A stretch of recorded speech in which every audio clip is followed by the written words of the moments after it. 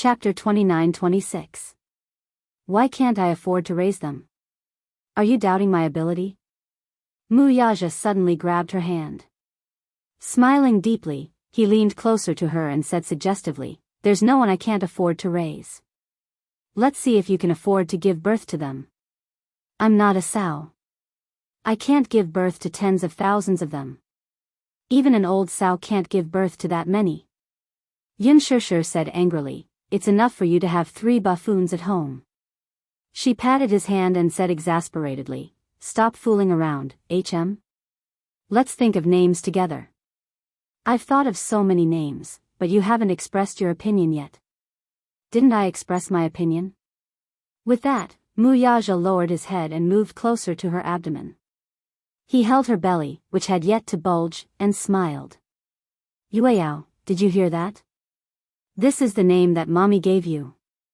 "Hey," Xianxia didn't know whether to laugh or cry. "Are you done fooling around? How do you know that it'll definitely be a daughter?" Wuxia said solemnly, "Do you believe that it'll definitely be a little princess?" "I don't believe it." "Then let's bet." Wuxia looked confident. Smiling, he said, "This is probably the telepathy between father and daughter."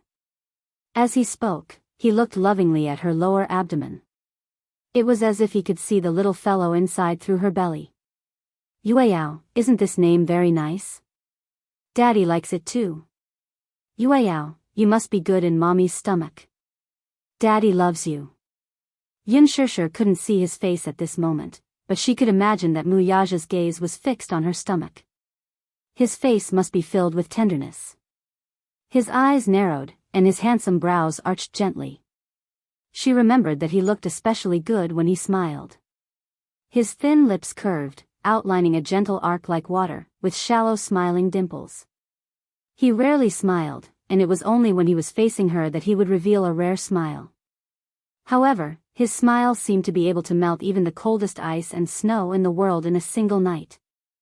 Xianxia suddenly smiled contentedly. She felt that at this moment, she was surrounded by happiness. She was a little overwhelmed. Wuxia didn't notice the reaction on her face at all. Instead, he was focused on her stomach. After a while, he leaned forward and pressed his ear against her stomach, listening carefully.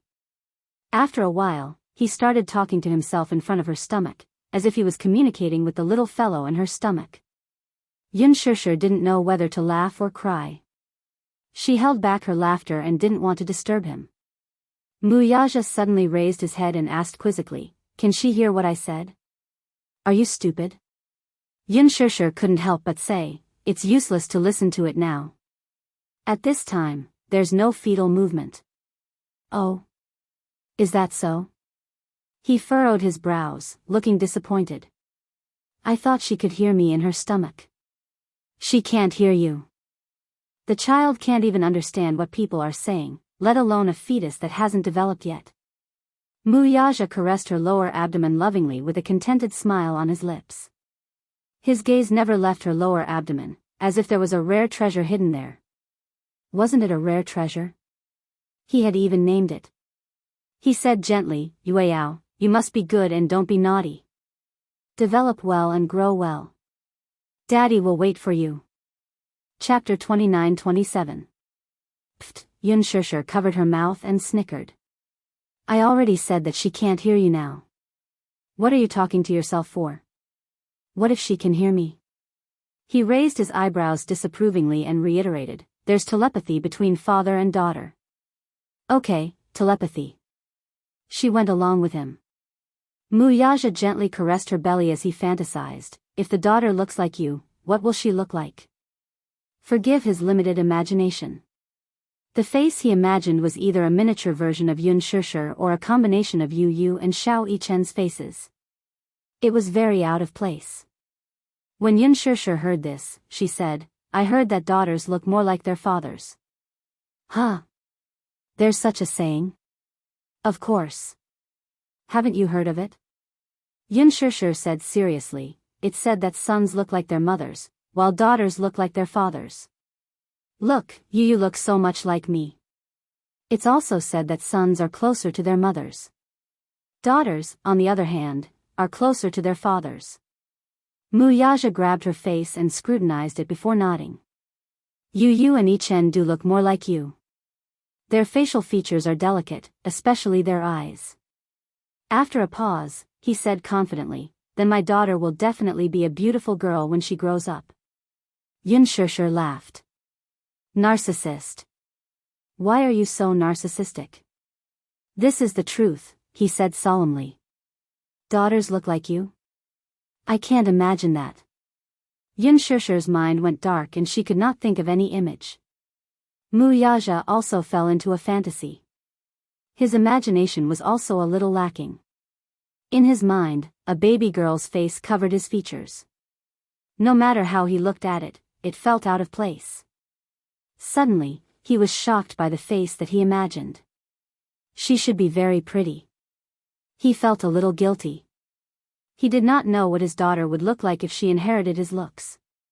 Xianxia thought about it carefully and said casually, if it's a daughter, her eyes and nose will be like yours. She will be very beautiful. Actually. Xianxia pondered for a moment and suddenly smiled with motherly gentleness. I also hope that the little guy in my stomach is a girl. Huh? You want a daughter too? Of course. Xianxia said matter-of-factly, they say that daughters are sweet. Yu and little Yichen will definitely feel aggrieved if they hear this. Wuxia's heart ached for the two little guys for a few seconds. If she's really my daughter, I'll definitely prepare a super big walk-in closet for her. Since she was young, I bought many beautiful princess dresses for her. Pink, white, black, and dressed her up like a little princess. However, Wuxia did not agree. What do you mean by dressing up? I, Wuxia's daughter, will be born a princess. Xianxia's lips twitched. Yes, she will be born a princess. Your Majesty. It's the 10th week now. Wuxia ignored her and pulled her into his arms. He kissed her forehead gently and said expectantly, in 2 weeks, it will be 3 months. In 8 months, she will come into this world. I must prepare well to welcome her. How? Xianxia asked curiously. He said seriously, it's time to prepare the nursery. Chapter 29-28. A nursery? Xianxia slapped her forehead hard. Oh, no. I forgot. I haven't had time to prepare a nursery. This little guy came too suddenly, so I wasn't mentally prepared at all. She felt a little regretful. She couldn't see anything clearly now, so it was hard for her to give any suggestions. She also couldn't personally design a princess room. However, Wuxia said, it's okay, I'll prepare it. Naturally, Wuxia was more than happy to do this. Even though preparing a nursery was an extremely tedious process, it was an extremely happy thing for him. Of course, this wasn't just for show. The next day, he held her hand and brought Yu and Xiao Yichen to the counter. Xianxia was wearing sunglasses, so it was a little difficult for her to walk. Yu and Xiao Yichen suggested that they hire a nanny to support her. However, Wuxia was worried about the servants. If they were careless and accidentally bumped into something, he would be the one who would be heartbroken. After they got out of the nanny van, Wuxia supported her. Xianxia held his hand and carefully took a step forward. However, she seemed a little timid. She couldn't see anything, so every step she took was extremely careful. Just hold my hand. Wuxia held her hand tightly and said, follow me, don't be afraid. Xianxia also held his hand tightly. In a situation where she couldn't see anything clearly and the whole world was dark, even if someone was holding her hand, she would still be subconsciously worried about what the road would be in front of her with every step she took. It was as if she was walking on the edge of a cliff, and she was on tenterhooks. It was difficult for ordinary people to understand this kind of uneasiness. However, ordinary people would still be worried even if they were held by someone with their eyes closed. Moreover, the person holding her wouldn't be able to notice even the smallest detail at all times. However, he said, follow me, don't be afraid.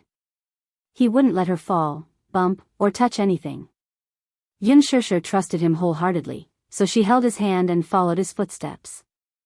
Mu Yaja held her hand and led her to the baby and baby counter. Baby Q was the world's leading baby and baby counter. Yun Shanshur was their wedding home, but the nursery was only slightly renovated. It was empty, and even the wallpaper wasn't properly pasted. They started with the wallpaper selection. Yu Yu and Xiao Yichen also started browsing. The shop assistant brought over a thick stack of books. Mu Yaja flipped them page by page. They were all European designs, and there wasn't anything that caught his eye. Girls should be pink, right? Yun Shishir said, when I was young, I especially liked pink. If she's a daughter, she should take after me in this aspect. In every girl's heart, there was a princess dream. She imagined herself to be a princess in a fairy tale, waking up in a fairy tale style room every day. Opening her eyes, she would see a pink world and a big bed covered with pink bed curtains. She would enjoy the dreamlike world to her heart's content. Mu Yaja snapped his fingers and said, yes, pink. Girls all like pink.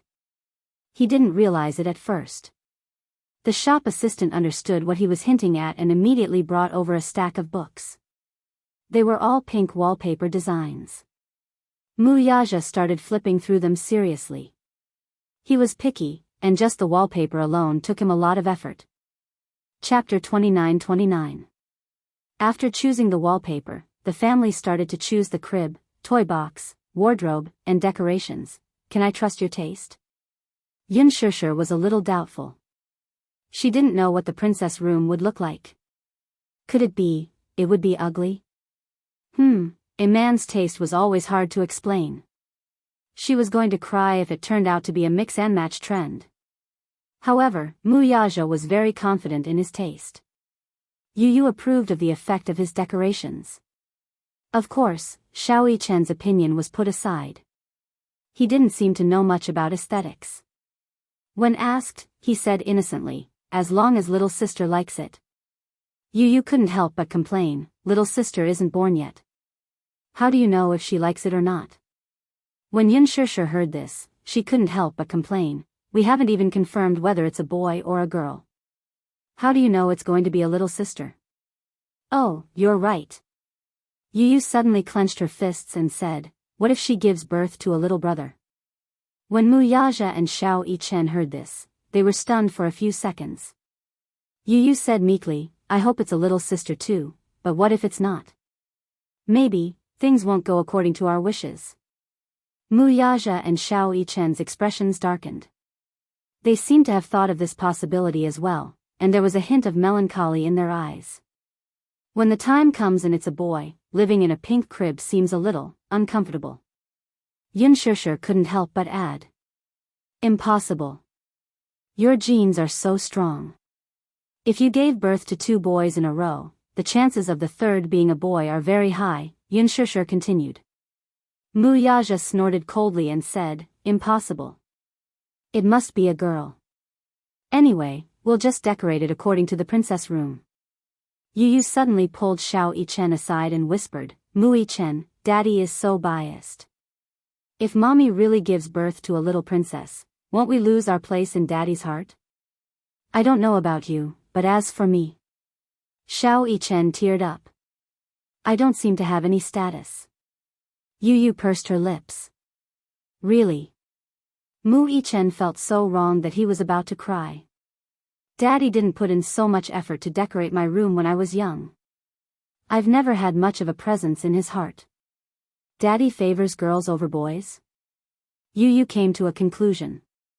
Ugh, Xiao Yichen stroked his chin. However, I still hope that Mommy will give birth to a little princess. I've wanted a little sister for a long time. Yu Yu added, me too.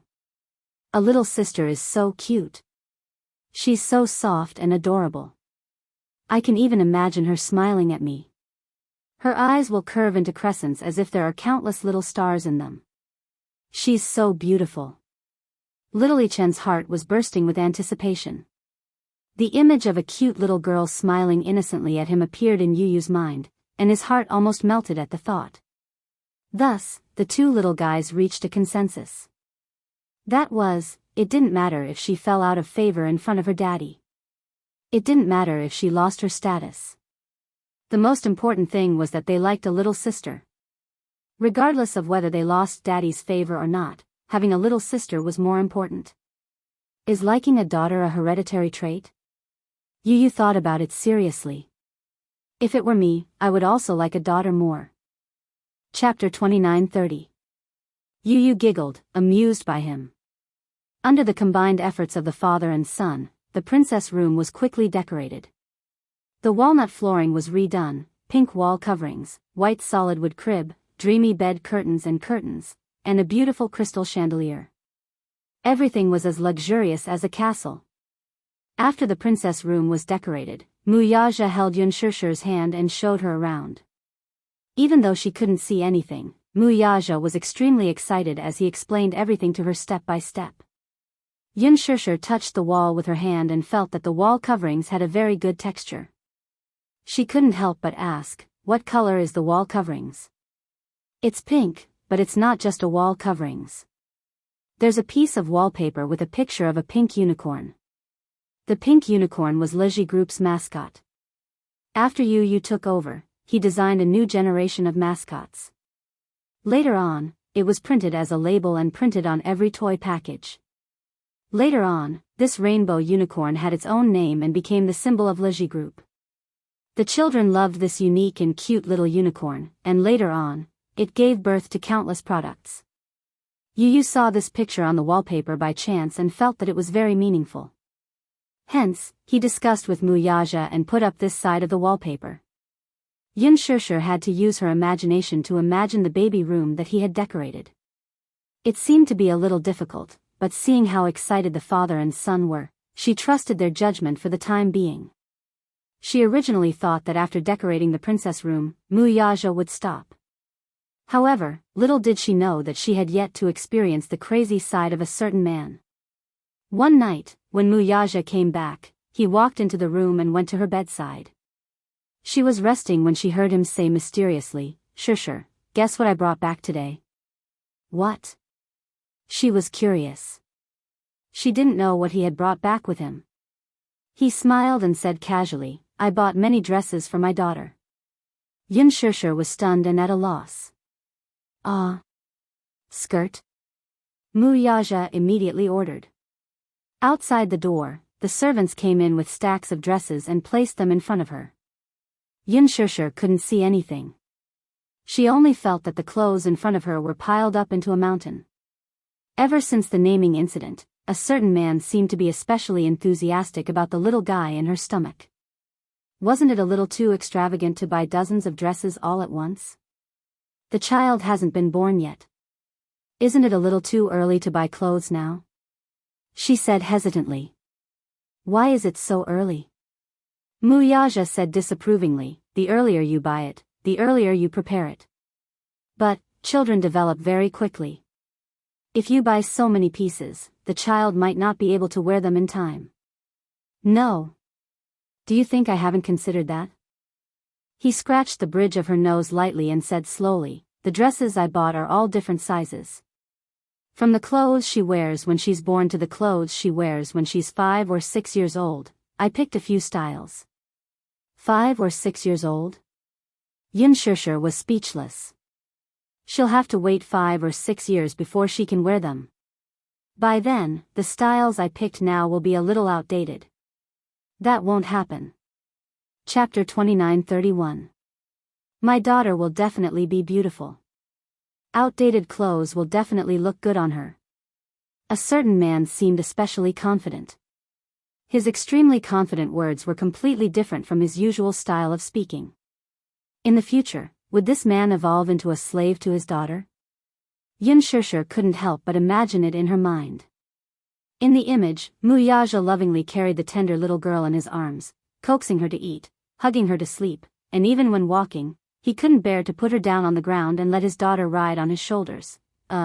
She then imagined Wuxia carrying a chubby son with a bitter and vengeful look. Xianxia's heart was beating like a drum. The little guy hadn't even been born yet, and he was already excitedly preparing this and that. If the baby was a boy, then not only would the princess's room be decorated for nothing, what would he do with the piles and piles of dresses that he had bought? It would be fine if the baby was a daughter, but if it turned out to be a son in the end, his heart would definitely be severely disappointed. He would definitely be very disappointed. Xianxia suddenly asked curiously, "Let me ask you seriously. If the baby isn't a daughter and it's a son, will you still like it?" Wuxia pondered for a moment and then said solemnly, "Of course. As long as it's our child, I'll like it. I see that you like daughters so much. When the time comes, you won't be begging me to give birth to another one, right?" When Wuxia heard this, he hugged her and rubbed his face against hers intimately. "What nonsense are you thinking about again? You're not a sow. If you don't want to give birth, I won't force you." A certain man seemed to have forgotten how this child came about. If he hadn't replaced her contraceptive pills with folic acid, Xianxia wouldn't have fallen for it so coincidentally. Xianxia was completely kept in the dark. She thought that the child had broken through all the obstacles to get here. Little did she know that Wuxia had also tampered with it. "Oh, by the way, we have to go for a prenatal checkup soon." Xianxia gently touched her belly and complained, "Recently, I seem to like sleeping a lot. My vomiting has slowly subsided, but I get hungry easily in the middle of the night. I want to eat something, but I don't know if I can eat it." "Of course you can," Wuxia said. "I've asked the doctor. He said that I can have some snacks. There are some biscuits and bread at home. When you are hungry, you can eat some biscuits." Xianxia couldn't help but silently criticize her. If she ate and slept every day, would she lose control of her body shape after giving birth? She heard that many pregnant women lost their figures after giving birth. When she gave birth to Yu and Mui Chen, she was only 18 years old. She was still young, so she maintained her figure very well. But now, she was in her 20s. No matter what, she was still a little worried about this. Wuxia glanced at her and couldn't help but make up a story. "Why? Are you afraid that you'll gain weight if you eat too much?" When Xianxia heard this, she bit her lip in embarrassment. "What if I lose my figure? It'll be a nightmare to gain 15 kilograms all of a sudden." "It's okay. You're so thin now. Take advantage of your pregnancy and gain some weight." He felt that she was too thin. Chapter 29:32. Especially a while ago, when she didn't eat or drink, her nutrition couldn't keep up and she lost a lot of weight. His heart ached terribly. In the end, she was still worried about whether she would gain weight. "If I really eat until I become a big fat person, won't you despise me?" The man said matter-of-factly, "I can't do anything about it. We're already an old married couple. Would I still care about whether you're fat or not?" Xianxia was quite taken aback. "All right, I'm just teasing you. If you gain weight, I won't despise you." "You're lying." Wuxia suddenly thought of something and said to her, "Soon, we'll have to prepare for a prenatal checkup." "Okay." At the mention of prenatal checkup, Xianxia asked curiously, "I heard that the gender of the fetus can be determined at 16 weeks. "Okay. But isn't the law against it?" "To me, this law doesn't apply." "Why do you ask?" Xianxia said, "Why don't we do a gender test?" However, Wuxia said, "It's better to have fewer ultrasounds. There's no need to rush the test." When Xianxia was 4 months pregnant, Wuxia took her for a prenatal checkup. After the checkup, all the indicators were very good. Over the past month, under Wuxia's meticulous care, her body had recovered a lot. The doctor who did the prenatal checkup for her was a female doctor. In the office, she looked at the various data reports while sizing up the man beside Xianxia. She couldn't help but say enviously, "Mrs. Mu, you're so lucky. Every time you do a prenatal checkup, President Mu follows you around and does it himself. You're so lucky to have such a considerate and gentle husband who dotes on you so much." Xianxia smiled and held his hand tightly. She pursed her lips and said, "He's even more nervous than I am when I'm pregnant. I wasn't feeling well recently, so he was afraid that something would happen to me. Wuxia stroked her hair lovingly and asked slowly, "Is the fetus healthy?" Chairman Mu, don't worry. The fetus is very healthy. As the doctor spoke, he suddenly smiled mysteriously and asked, "I heard from young Madam Mu that Chairman Mu has already started preparing the nursery?" "Yes. It's ready." "Princess room?" The doctor smiled. Xianxia also smiled and said, "It's not just a princess room. We even bought a bunch of clothes and hung them in the wardrobe, waiting for the baby to wear them when he's born." However, all the clothes he had prepared were for girls. I laughed at him and said, "What if we have a boy? What should we do? Are you going to let your son wear all these dresses?" The doctor was stunned for a moment and did not know whether to laugh or cry. "So, Chairman Mu likes daughters?" "Yes. He was looking forward to the baby in my stomach being a girl. He likes girls, he likes them so much." "Young madam, what about you? Do you like daughters too?" "Of course. I like my daughter very much, but not as much as him." However, the doctor said, "Generally speaking, a father would prefer a daughter more. She's the apple of my eye. We still don't know if it's a boy or a girl." Chapter 29:33. Pausing for a moment, the doctor continued, "But now it seems like this is probably telepathy. It's fate." Xianxia smiled. Then, she seemed to have realized something. She raised her eyebrows and asked suspiciously, "What did you say?" Wuxia, who was behind her, also looked stunned. "What do you mean?" The doctor smiled and said, "Chairman Mu, Madam Mu, congratulations. You have a little princess in your tummy. Chairman Mu, you have a daughter." Wuxia was in a daze for a long while before he finally regained his senses. He couldn't care less about being reserved. He looked at Xianxia in surprise and asked again, "It's really a girl?" "Yes." The ultrasound confirmed that it's a girl. The accuracy of the ultrasound is very high. Generally speaking, it can be 100% confirmed. Chairman Mu, congratulations. The princess room was prepared correctly. Wuxia's nervous expression finally relaxed. His eyebrows were raised high in excitement. He was so happy that he didn't know what to do. He squatted down and looked at Xianxia. Holding her shoulders, he was so happy that he almost lost control of his emotions. "Xianxia, we have a daughter." "Yes, yes." Xianxia was happy for him, too.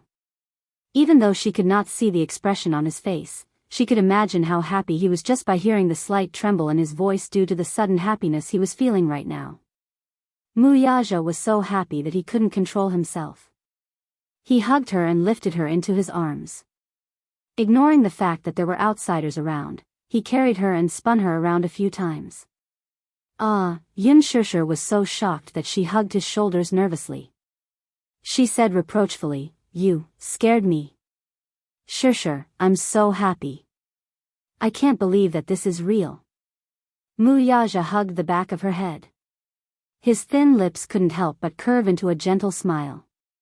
He thought about how soon the child would be born and he would be able to carry a little princess. His mood was like a hydrogen balloon that wanted to fly into the sky. "Put me down." She was bashful and embarrassed as she lightly punched his shoulder. "It's so ugly. At least be a little more reserved." The doctor laughed and said, "I've been in the obstetrics and gynecology department for so many years, and I've seen many such scenes. Many new stay-at-home fathers can't help themselves. Young madam, you don't have to feel embarrassed." Wuxia put her down and couldn't help but hug her, kissing her again and again. "Xianxia, you've worked hard. All right, all right. I know you're happy." She paused for a moment and said playfully, "Congratulations, Mr. Mu. You're going to be a father again, and this time it's a daughter. He has both a son and a daughter, which is enough to be called good." As she spoke, she reached out her hand and gently caressed his face. Her fingertips accidentally touched his eyelids and touched a trace of wetness. She couldn't help but be startled, and her heart twitched. "Thank you. Thank you for pulling yourself together for me and our child. His throat actually felt like it was choked up. Xianxia widened her eyes in a daze. However, she heard him say in a low voice, "Did you know? I almost thought that I was going to lose you." As Wuxia spoke, he held her hand and gently kissed her fingertips. Because of this great happiness and excitement, his eyes couldn't help but redden. There was the joy of regaining what he had lost. The happiness of surviving a disaster. Hearing his extremely tense voice, Xianxia's eyes also welled up with tears. Chapter 29-34. During the period when Gu Xingzi left her, she was immersed in immense guilt and pain, so much so that she neglected his feelings for a while. At that time, she was in a muddle-headed state. She guarded the pain in her heart day and night, constantly licking her wound. Little did she know that he was also carefully protecting her. Every time she woke up from a nightmare, he was always by her bedside, busy comforting her, wiping away her cold sweat, and coaxing her to sleep. When she was at her lowest point, he was holding the bowl, coaxing her over and over again, lying to her and coaxing her to eat. She could not see how nervous he was. But sometimes, when she was half awake, she could feel that he was by her bedside, gently holding her hand, unwilling to let go. She did not know about his suffering, much less his pain. He was not good with words, much less expressing himself. Her man was an extremely introverted man. His emotions were hidden deep in his heart. During that period of time, he was also suffering. He did not know how to share her pain, nor did he know how to bring her out of that shadow. He was a man who got jealous easily. In the past, she could not even mention Gu Xingzi's name. But at that time, she was watching Gu Xingzi's videotape and sat there in a daze for the whole afternoon. He watched from the side, feeling helpless and heartbroken. He whispered in her ear countless times, "Xianxia, you still have me. Gu Xingzi is no longer around, but you still have me. I can't lose you. Wake up, okay? Can you let yourself go, please? Let yourself go, don't torture yourself anymore. If you get better, I'll accept any price." He held her shoulders more than once and said word by word, "Xianxia, Gu Xingzi is not the only one who is willing to protect you with his life. There's me too. I can do it too. Don't I love you with my life too?" But every time he saw her indifference, he could do nothing but hold her in his arms with heartache. She often woke up from nightmares, and when she woke up, she would sit there motionless, tears constantly falling. He hurriedly wiped her tears and endured the bitterness in his heart. God knows, when he saw her tears, his heart was about to be torn apart. Her heart had died, leaving behind his heart, which was constantly trembling in fear. For the first time in his life, he felt a bone-deep fear and dread. He was afraid that she wouldn't be able to make it. He was afraid that she would leave him and the child in her stomach. He was afraid he had lost her. Later, her maternal instincts were awakened, and she began to try to eat, to try to talk, to try to get back on track. He was pleasantly surprised, but he was still very careful. He didn't want to touch her or hurt her at all. He didn't dare to be too happy. He was afraid that God would be jealous of him and take revenge on him. Once his dream was shattered, he would lose everything. He carefully guarded her and protected her. He was worried about her being in the hospital, so he brought her back to Xianxia to nurse her pregnancy. The time she spent nurturing her fetus was the happiest time of her life. Chapter 29-35. Xianxia suddenly recalled that there were times when she wanted to eat cherries in the middle of the night. He and Gong Jia had searched through half of the capital before he found them and bought them back. However, she had lost her appetite and didn't eat a single one. He coaxed her to eat one or two before coaxing her back to sleep. As her husband, it could be said that she was able to recover so quickly because of his hard work. However, after the prenatal checkup and finding out that the fetus was stable and healthy, and that her body was gradually getting back on track, he finally heaved a sigh of relief. For a moment, happiness filled his heart, and he was at a loss for what to do. So much so that he actually cried tears of joy. Even though he held it in, the rims of his eyes reddened, and the dampness on his eyelids touched her deeply. Wuxia hugged her, his lips trembling slightly as he gently caressed her face over and over again. Xianxia held back her tears and said reproachfully, "Are you really that happy knowing that it's a daughter?" She sniffled and said half-jokingly, "Looks like I really don't have any status in the future. Our daughter has become your heart, your liver, your spleen, lungs, and kidneys. What about me? Don't tell me I've become your duodenum, your appendix?" Wuxia smirked and said, "How can that be? Seeing how excited you are, I feel that I definitely won't have any status in the future. Our daughter is my heart, and you are my lungs. Both of them are equally important. The lungs don't seem to be as important as the heart." Xianxia deliberately fussed with him. "Look, our daughter is like a heart. Without our daughter, will your heart not be able to beat?" Upon hearing this, Wuxia laughed. Thinking that she was jealous, he couldn't help but laugh. "You're even jealous of your own daughter? Can't I be? Do you have a problem with that?" Sure. Wuxia held her face lovingly and looked at her delicate face lovingly. He smiled gently and said, "But without you, I can't even breathe." Xianxia was stunned. She was deeply moved by his incomparably sincere words. "Without you, I can't even breathe." She hugged him tightly as tears welled up in the corners of her eyes again. She couldn't stop sobbing.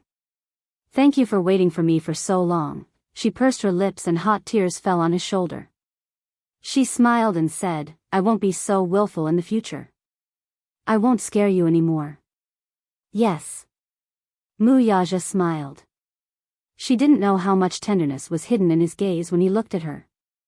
When Yu and Xiao Yichen returned home from school, they could smell a sweet scent the moment they opened the door. When Xiao Yichen smelled it, he almost drooled. He sniffed greedily for a long time, and his eyes lit up. "Wow! It smells so good." Yu smelled it and said, "This is the aroma of cake. Is it some important festival? Or is it someone's birthday?" He thought about it and realized that no one in the family was celebrating their birthday. The two little guys squeezed into the dining room one after the other. They saw Xianxia sitting at the dining table with her hands supporting her cheeks. There were several delicious dishes in front of her, and in the middle was a 12-inch cake. It was sweet and tempting. "Wow!" Xiao Yichen wiped his saliva. He was already famished when he returned home from school. When he saw this sumptuous scene, he was undoubtedly salivating. "You're back." Chapter 29:36. Yu and Xiao Yichen looked at each other and asked curiously, "Mommy, what's the occasion today? Why did you make a cake? Do you want to know?" Xianxia smiled mysteriously but deliberately didn't say anything. Wuxia walked out of the kitchen with a jug of fruit juice and an apron around his waist. He looked like a house husband. Xianxia said that she wanted to drink freshly squeezed fruit juice, so he went into the kitchen and studied it for a while. Finally, he figured out how to make a jug of fruit juice. Yu's face turned slightly pale when she saw this. She looked at the table full of dishes and then at the apron he was wearing. The corners of her lips twitched. "Daddy, did you make this table full of dishes?" Wuxia placed the jug of fruit juice on the table and glanced at them. Before he could say anything, a voice came from behind him. "Of course not." An angry voice came from the kitchen. Yu and Xiao Yichen looked over and saw Huajin walking out of the kitchen with an apron around his waist and beads of sweat on his face. He said angrily, "How could your daddy possibly know how to cook? I made all of these. I ordered the cake from a cake shop. You know how to cook." Yu was even more surprised. "Of course." Huajin patted his chest and said, "I've been cooking since I was young." Yu didn't say anything on the surface, but she was secretly criticizing him in her heart. Would he get food poisoning after eating all of these dishes? Xiao Yichen was also skeptical and didn't believe in Huajin's culinary skills. Yu said, "Mommy hasn't answered me yet. What kind of occasion is it today?" She even invited brother Huajin over. Huajin felt even more wronged when he heard this. "Why? Can't I be a guest if it's not an important occasion?" Yu Yu chuckled and stuck out her tongue. Hua Jin continued, also, you should change the way you address me. Call me uncle. Uncle. All right. Yu Yu, Xiao Chen, it's time to eat. Go wash your hands quickly. I'll tell you the good news after you're done washing your hands. When Yu Yu and Xiao Chen heard that it was good news, they didn't hesitate and immediately ran into the bathroom. When they returned to the dining room after washing their hands, Hua and Mu Yaja were already seated at the table. By the time they were done washing their hands, they returned to the dining room table. The two little lads sat down and asked eagerly, Mommy, it's time for you to answer us, isn't it? What's the good news? Mu Yaja and Yun Shishir looked at each other. The former was smug while the latter was a little shy. Under Yu Yu and Xiao Chen's curious gazes, the man leaned forward and said mysteriously, You're going to be older brothers. Yu Yu didn't think much of it when she heard this. Is this the good news? We knew it a long time ago. Yun Shishir said angrily, Stop teasing them. Mu Yaja put his arm around her shoulders and smiled. Then he said to Yu Yu and Xiao Chen, Congratulations, you're going to have a younger sister. Don't you think this is something worth celebrating? Younger sister. Yu Yu and Xiao Chen were stunned for a moment. Xiao Chen was the first to react. He straightened his neck in excitement and said in surprise, Really? Daddy, how did you know? Yu Yu looked at Mu Yaja strangely from the corner of her eyes. She was a little doubtful. That's right, that's right. Daddy, how did you know? Don't tease us. You're making us happy for nothing. Mu Yaja raised his eyebrows and deliberately kept them in suspense. Chapter 29:37. Yun Shishir smiled and continued, Today, Mommy went to the hospital for a prenatal checkup. The doctor told us after we did an ultrasound. He said that I'm carrying a little princess in my stomach. Aren't you going to be older brothers? When Xiao Chen heard this, he was so excited that his eyebrows danced. Wow. Really? Oh my God. It's really a little sister. Is my dream finally going to come true? Don't get so excited. Yu Yu patted his shoulder and pretended to be calm. Are the ultrasound results accurate? I heard that some ultrasound results may not be accurate. Of course it's accurate. Silly. Mu Yaja glared at him and asked, Are you saying that you prefer a little brother to a little sister? No, Yu Yu instinctively insisted, I prefer a little sister. But. The surprise came too suddenly. Yu Yu looked at Yun Shishir's face, which was brimming with happiness. Then, he looked at Mu Yaja and Hua Jin's faces, which were also filled with surprise. He finally believed it. However, compared to Xiao Chen, the way he expressed his surprise was very restrained, just like Mu Yaja. He pretended to be calm as he held his drink and tried to take a sip of juice to calm himself down. However, after drinking half the glass, he still couldn't suppress the ecstasy in his heart. He placed the glass on the table and looked extremely touched. The whole world suddenly bloomed with flowers and fireworks.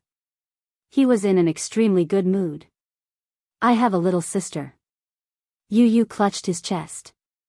There, his heart was beating rapidly. He was touched. So touched. This was great news. Xiao Chen also said excitedly, How long do I have to wait before I can hold my cute little sister? Why are you even more anxious than your daddy? Hua Jin smiled and looked at him. Wait a little longer. It'll take at least 6 months. Yu Yu was much more attentive than Xiao Chen. He suddenly asked anxiously, Mommy, since you've done the prenatal checkup, how's the baby? Yun Shishir couldn't hide her excitement and said, It's very stable. Your sister is developing very well in my stomach. Very healthy. The doctor said that she will definitely be a smart little princess. The huge rock hanging in Yu Yu's heart finally fell to the ground. He smiled with relief. It doesn't matter if it's a boy or a girl, as long as it's healthy and safe. He had always been sensible. Even though he yearned for his mommy to give birth to a younger sister, as an older brother, he would definitely dote on this younger sister. But some time ago, Mommy's health was terrible. He either went on a hunger strike or went blind. During that period of time, he felt as if the sky was about to collapse. Later on, he brought her home to nurse her back to health. Daddy pushed away a lot of work and took good care of her.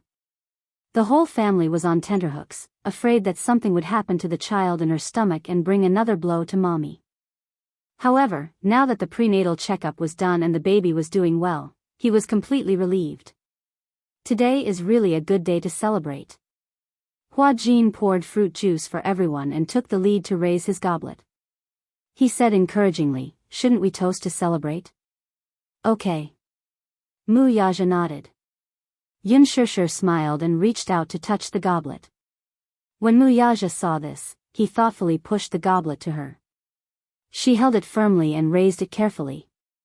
She smiled sweetly and said, "Cheers." "Cheers."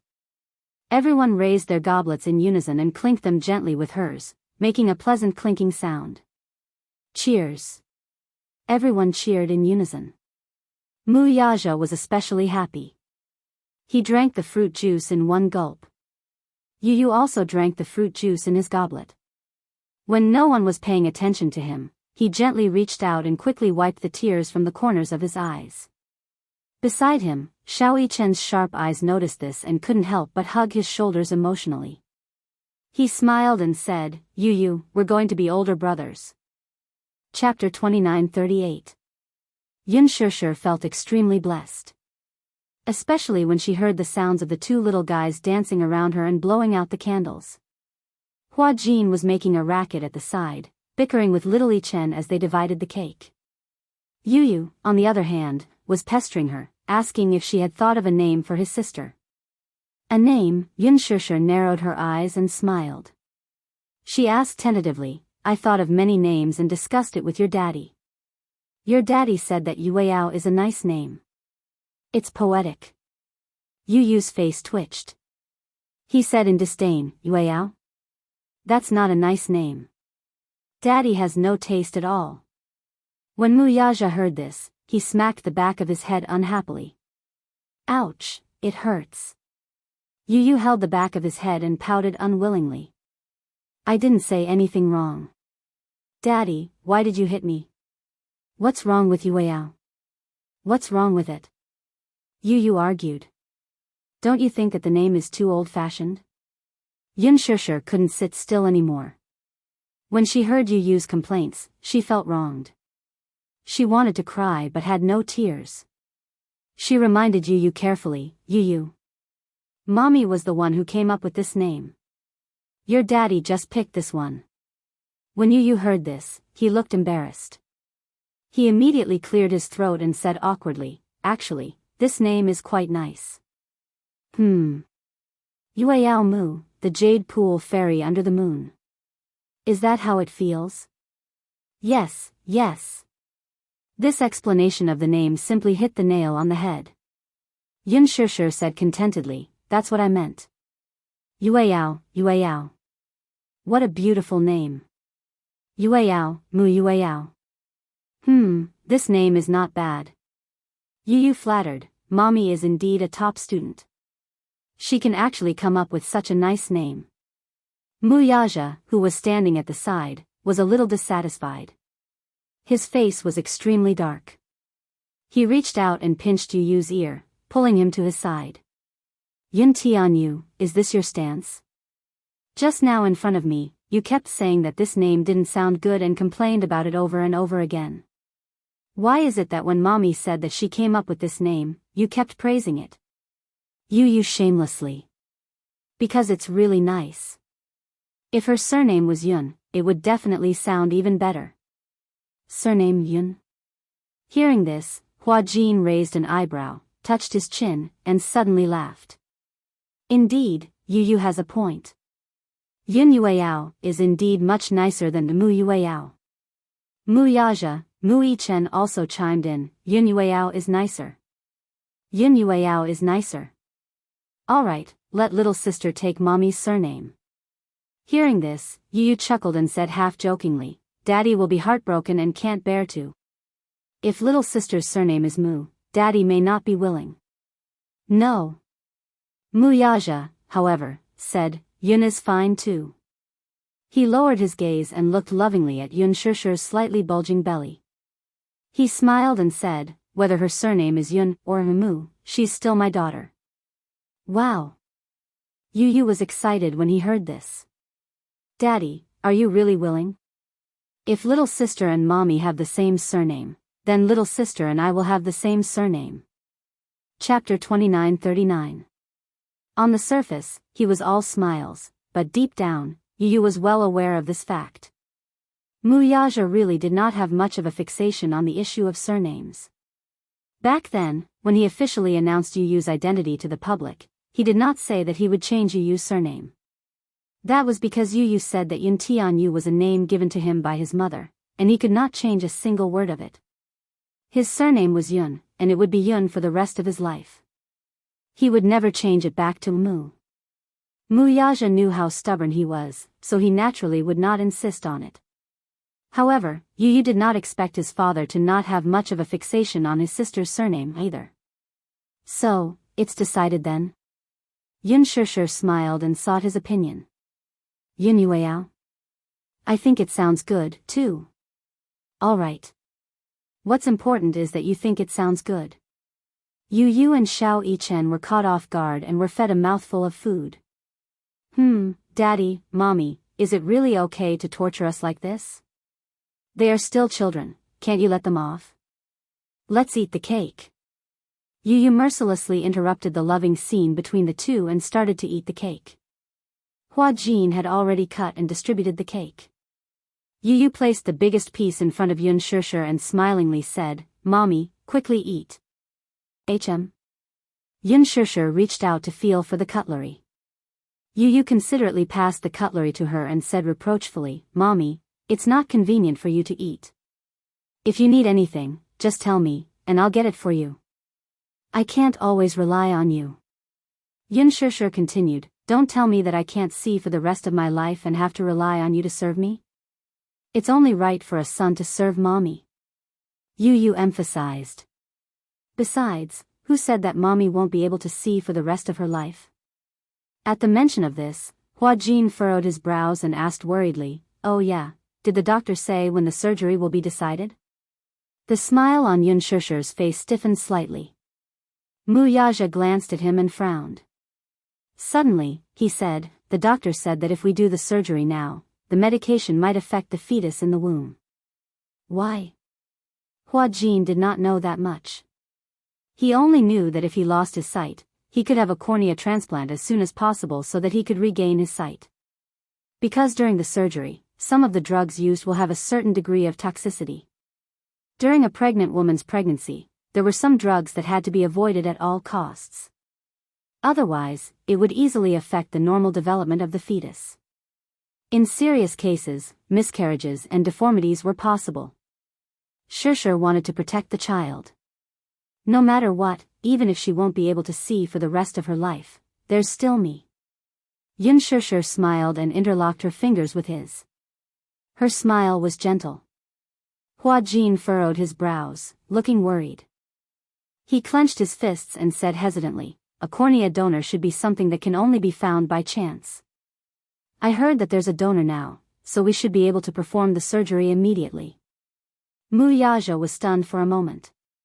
He looked up, and a strange look flashed across his face. He looked at Hua Jin deeply and thought about it for a while.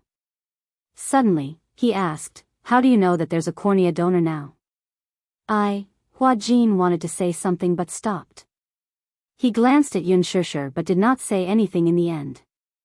He only said calmly, I just heard about it. Wuxia smiled and said casually, it's okay. There will always be a chance. Don't think too much. Hua Jin nodded absent-mindedly. Chapter 29:40. After dinner, Yu and Xiao Yichen helped Yun Shishir to go shopping. Wuxia and Hua Jin walked into the back garden one after the other. After a long silence, Wuxia suddenly stopped in his tracks and turned around. His deep gaze fell on him as he asked suspiciously, when you mentioned the cornea donor just now, were you referring to the cornea donor Gu Xingzi donated? Hua Jin looked at him and was a little surprised. You know about this? Yes, I know. Mu Yaja nodded. Qin Zhou talked to me about this matter. Back then, when Qin Zhou was packing up Gu Xingza's belongings, he found a few volunteer forms that Gu Xingza had filled out personally. It was a volunteer form for organ donation. Qin Zhou could not help but be a little surprised. He did not know when Gu Xingza had signed this volunteer form. In addition to the liver and kidney, it also included a pair of corneas. Gu Xingza's corneas. Initially, Qin Zhou could not bear to see Gu Xingza leave this world in one piece. He could not bear to see Gu Xingza's body being riddled with holes by those cold surgical machines after his death. Therefore, he had originally planned to burn these volunteer forms. However, in the end, he thought of Yun Shishir. If Gu Xingza's organ donation could save other people's lives, wouldn't it be a special way to continue living in this world? Even if he left this world in one piece, he would only be burned to ashes in the end. If other patients were given a new lease of life because of his organ transplants, to Qin Zhou, it was as if Gu Xingza had also been reborn. Therefore, he took the volunteer forms and went to the hospital. Soon, the hospital dissected his body and removed the donated organs. Finally, they carefully removed his corneas. Qin Zhou found Mu Yaja and gave him a suggestion. Before Xingzhou was born, he filled in a few donation applications. One of them was a pair of corneas. But, time is of the essence. Unless Shishir performs the surgery as soon as possible, I'm afraid there's no hope. Corneal transplantation was not as simple as it seemed. Donors were difficult to find because the current world's views were not so advanced. Most people were more conservative when it came to death. Furthermore, the donation form had to be filled in before death. In the eyes of the people, this was too unlucky. In addition, there were more and more patients with eye diseases, and there was a serious shortage of corneas. The reason why it was said to be a rare opportunity was that cornea transplants required a lot of time. Generally speaking, the cornea donor must be immediately stored in the preservation solution within 48 hours after removal and put into surgery as soon as possible. Other than a few large cities, other small cities did not have any eye banks to store them. Therefore, once a cornea donor was found, surgery was needed immediately. Otherwise, the success rate of the surgery would be difficult to guarantee. Qin Zhou hoped that he could use Xingzha's cornea to restore Yun Shishir's sight. I think Xingzha must be very willing to use his cornea in exchange for Shishir's sight, right? Shishir can also take Xingzha's place and see this prosperous world, Qin Zhou said. Mu Yaja frowned. It had been 8 hours since the cornea was removed. In other words, the surgery had to be performed as soon as possible. But... Chapter 2941. Qin Zhou was puzzled. Chairman Mu, what are you thinking about? Don't you know that this is the best opportunity? You have to know that cornea donors are hard to come by. In addition, there's a strict time limit. The surgery can't be carried out immediately after finding a cornea donor. Or is it because this pair of corneas was removed from Xingza's eyes that you're upset about it? No. Mu Yaja smiled. He protected my woman. I have only respect and gratitude for him. I'm not so petty as to hold a grudge against a man who saved my woman's life. Qin Zhou bit his lip. Then why don't you let Shishir undergo the transplant? The pressure and guilt caused by Gu Xingza's death has already crushed her. Mu Yaja sucked in a deep breath of cold air. She's pregnant now. The child in her belly is the only hope for her to pull herself together again. But if she undergoes the surgery now, the child will definitely be lost. If she's conscious, she won't bear to do it either. If the surgery is done without her knowing, she'll definitely break down if she finds out. The point is, I don't know how sad she'll be when she finds out one day that she can regain her sight because of Gu Xingza's cornea donor. Qin Zhou was speechless for a moment. Mu Yaja looked at Qin Zhou deeply. You should know that she won't be able to accept such a thing. He left the world because of her, yet he used his cornea to restore her sight. This is too heavy for her to bear. But, Qin Zhou was still a little hesitant. The doctor won't recommend the surgery if it's carried out immediately.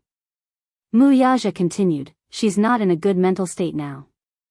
I'm afraid that it's dangerous. Qin Zhou saw that Wuxia was persistent, so he gave up. Hua Jin was a little surprised when he heard this. You mean that the time limit of the cornea donor is tight? Once it's removed, the transplant must be carried out immediately. Before the surgery, we still need a day to prepare. Wuxia smiled faintly. There's not enough time. So, Hua Jin clenched his fists and was a little sad. Then, Gu Xing's cornea, now, I heard that it was transplanted to a 7-month-old child. Child? Yes, a boy with a congenital cornea defect. Fortunately, this child and Gu Xing's are fated. The operation was very successful and there were no signs of rejection. Wuxia pursed his lips. I remember that it was done in the same hospital. I went to see it on the day of the operation. The boy was very handsome. He was 6 months old and had a pair of beautiful peach blossom eyes. I heard that his name is Jingyang. This child had a pair of beautiful big eyes.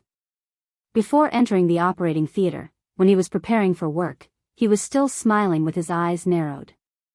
His eyes seemed to hide countless twinkling stars. When he grows up, he should be a handsome young man. Jingyang, Hua Jin muttered the name and suddenly smiled. That's good too. From the looks of it, this is a new lease of life for Gu Xing's. However, he could not help but feel a little disappointed. It was different from a person who was born blind. Yin Shishir's vision was normal, but once she lost her vision and fell into desolate darkness, what kind of despair would that be? Chapter 2942. Hua Jin muttered the name and suddenly smiled. That's good too. From the looks of it, it's a new lease of life for Gu Xing's. However, he could not help but feel a little disappointed. It was different from people who were born blind. Yin Shishir's vision was normal, but once she lost her vision and fell into darkness, what kind of despair would that be? Every time he saw her fumbling around while trying to take something out by herself, his heart ached when he saw that strenuous look on her face. However, every time he saw her sitting quietly on the sofa with her head lowered and caressing her lower abdomen lovingly, her entire body exuded a motherly glow that was gentle and warm. It's okay. In the future, there will always be a cornea donor. I'll pay more attention. Hua Jin said optimistically, it won't be too late to undergo the surgery after you give birth and your condition stabilizes. Okay. When Yin Shishir and the 2 little kids returned home from their walk, Hua Jin had already washed the dishes. Xiao Yichen was full of praise. Uncle Hua Jin is so amazing. Your cooking skills are not bad, and you wash the dishes very cleanly. Hua Jin could not help but laugh when he heard that. He squatted down and reached out to pinch Xiao Yichen's pink cheeks. Do you really think that my cooking skills are good? Yes. I thought that your little mouth had been spoiled by Yu Yu's cooking skills. I didn't expect that you wouldn't mind my cooking. Hua Jin heaved a sigh of relief as if a heavy burden had been lifted from his shoulders.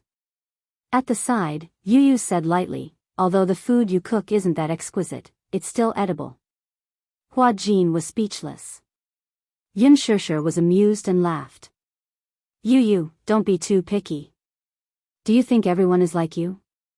You were born with an innate sense for delicious food. Yu Yu proudly crossed his arms, feeling a little smug. Wuxia snorted coldly. I'm wondering if you have a genetic mutation. Because I'm very particular about food. Yu Yu said proudly, who's like Xiao Yichen? He said that the fried rice was delicious. Ahem. Yin Shishir awkwardly cleared her throat. That was a long time ago. Once, on a whim, she cooked a plate of egg fried rice and asked the 2 little fellows to eat. When Yu Yu saw that the fried rice was overcooked, she pushed the fried rice to the side in disgust. Then, she saw Xiao Yichen hugging the fried rice and eating a lot of it. When he was done, he even smiled and said, Mommy's cooking is amazing. The fried rice is so delicious. She didn't know if he was speaking the truth. He couldn't stand the fried rice or if he thought that it was disgusting. However, to protect his mommy's reputation, he reluctantly pretended that it was delicious. Xiao Yichen argued, "Mommy's fried rice is really not bad." He really couldn't tell that the fried rice was overcooked. Moreover, he was starving that day and only focused on eating the rice. He didn't think that there was anything strange about the taste. Xianxia immediately raised her hands in surrender. Okay. Okay. You're the best at cooking. Mommy's cooking isn't as good as yours. Are you satisfied now? Yu was satisfied when he heard this. He felt that this way, he would be able to secure his position as the head chef in the family. He looked pleased with himself. Wuxia and Hua Jin looked at each other and laughed helplessly. Hua Jin deliberately teased him, Yu, it's not good for you to be so full of yourself. You're just good at cooking. What's so special about that? Yu gave him a proud look. Chapter 29:43. The next day, for some reason, Hua Jin went to the hospital to inquire about Jing Yang's condition. He saw the child through the window in the general ward on the 4th floor. It had been more than half a month since the cornea transplant.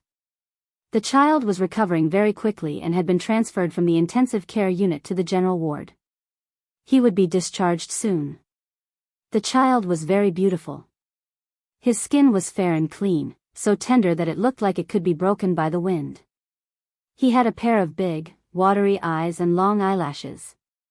They were as thick as the feathers of a black phoenix. When he blinked, they looked like the fluttering wings of a butterfly. This child was really beautiful. If he didn't say so, Hua Jin would have thought that he was a girl. When he smiled, 2 small dimples appeared on his cheeks. It was very seductive. He was lost in thought as he looked through the window. Suddenly, a timid voice came from the side. Hello, you are. Hua Jin turned his head and saw a 21-year-old girl standing by the side, trembling. She was dressed very plainly.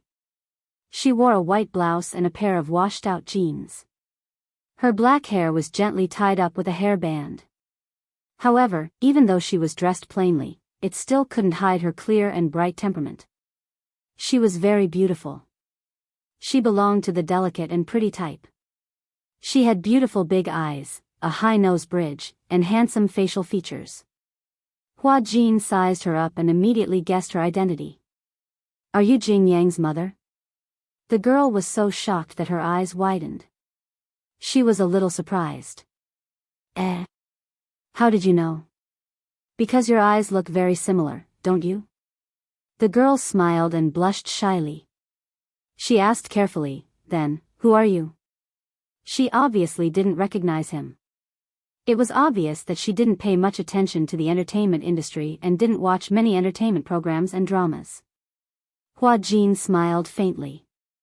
I'm Gu Xing's friend. Gu.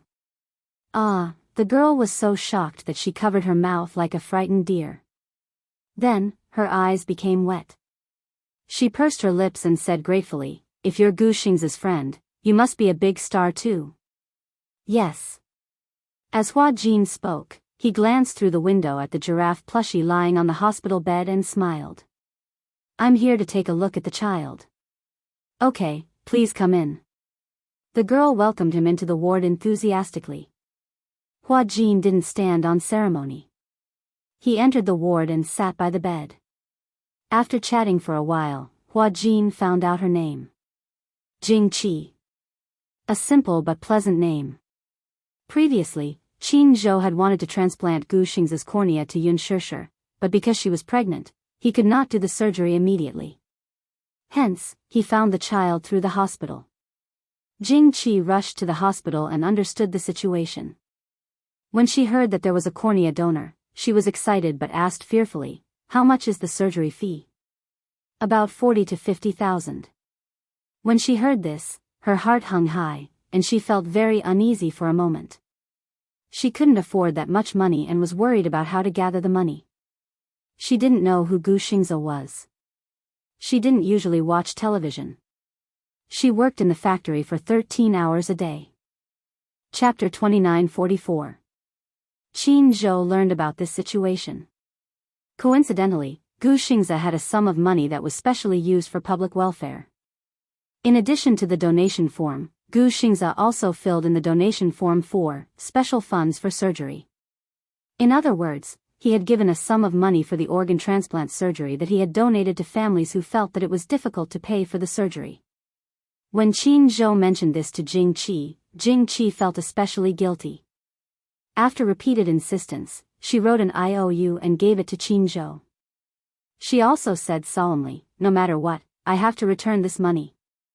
Although I don't know when I'll be able to repay it, I'll try my best to repay it." The surgery was very successful. Jing Yang's vitality was especially strong. Other than his congenital eye disease, his small body was very healthy. This little guy especially loved to laugh. He had a pair of extremely beautiful eyes. When he smiled, it was warm, as if countless twinkling stars were hidden in them. The moment the gauze was removed, the 7-month-old child let out a bell-like laugh when he saw the nurse's face. The nurses especially liked this little guy. Why does this little guy like to laugh so much? He can't stop laughing. It's too funny. During the surgery, I didn't see him cry even when he was anesthetized. I heard from his mother that when he was born, he was different from other children. When other children come out, they cry loudly. What about him? When the nurse who delivered the baby patted his butt, he immediately laughed. That's really rare. Hua Jin looked at the boy who was being teased by the nurse and refused to let go of the doll. He could not help but raise his eyebrows. So cute. Thank you, Jing Qi said politely. She nervously fiddled with her palms and then said gratefully, I never dared to hope that the child could recover his vision. Because the cost of the surgery is too high. It costs tens of thousands. Our family can't afford so much money. Hua Jin could not help but feel a little strange. He looked around and saw that there was no one else in the ward except her. He could not help but ask curiously, Where's your husband? Jing Qi was embarrassed for a moment and immediately said, He's quite busy and rarely has time to take care of us. Oh, I see. Seeing that she didn't want to talk about it, he didn't ask anymore. After the child was born, we were diagnosed with an eye disease. We have been waiting for a cornea donor. But I didn't expect that I would be so lucky. The opportunity came so quickly that I didn't have time to prepare the surgery fees. However, 40 to 50,000 yuan was an astronomical figure for her. After 6 months of scrimping and saving, she only managed to save a little more than 10,000 yuan. She was already trying her best to save money. She couldn't possibly skimp on the child's expenses. She was worried that the child wouldn't develop well. Her monthly salary at the factory was more than 4,000 yuan. After deducting her expenses and the fact that she had a child, it was another large sum of expenses. She had worked so hard to save up that much. She had hoped that when she had a cornea donor, she would be able to save enough money for the surgery. But unexpectedly, 6 months later, there was news that suddenly came. After she received the call from the hospital, she didn't have time to think. She took a taxi to the hospital with the child and did a series of tests. Because if he missed it, he didn't know when the next opportunity would come. Chapter 29:45. At first, I was worried that the child was too young and did not have the conditions to undergo surgery. However, after the examination, the child could undergo surgery. I was hot-headed and thought that no matter what, I had to seize this opportunity, so I didn't think too much about it and signed it. Later, I realized that I was so flustered that I didn't consider the surgery fees. If it weren't for CEO Qin's care, perhaps, sigh. Are there very few cornea donors?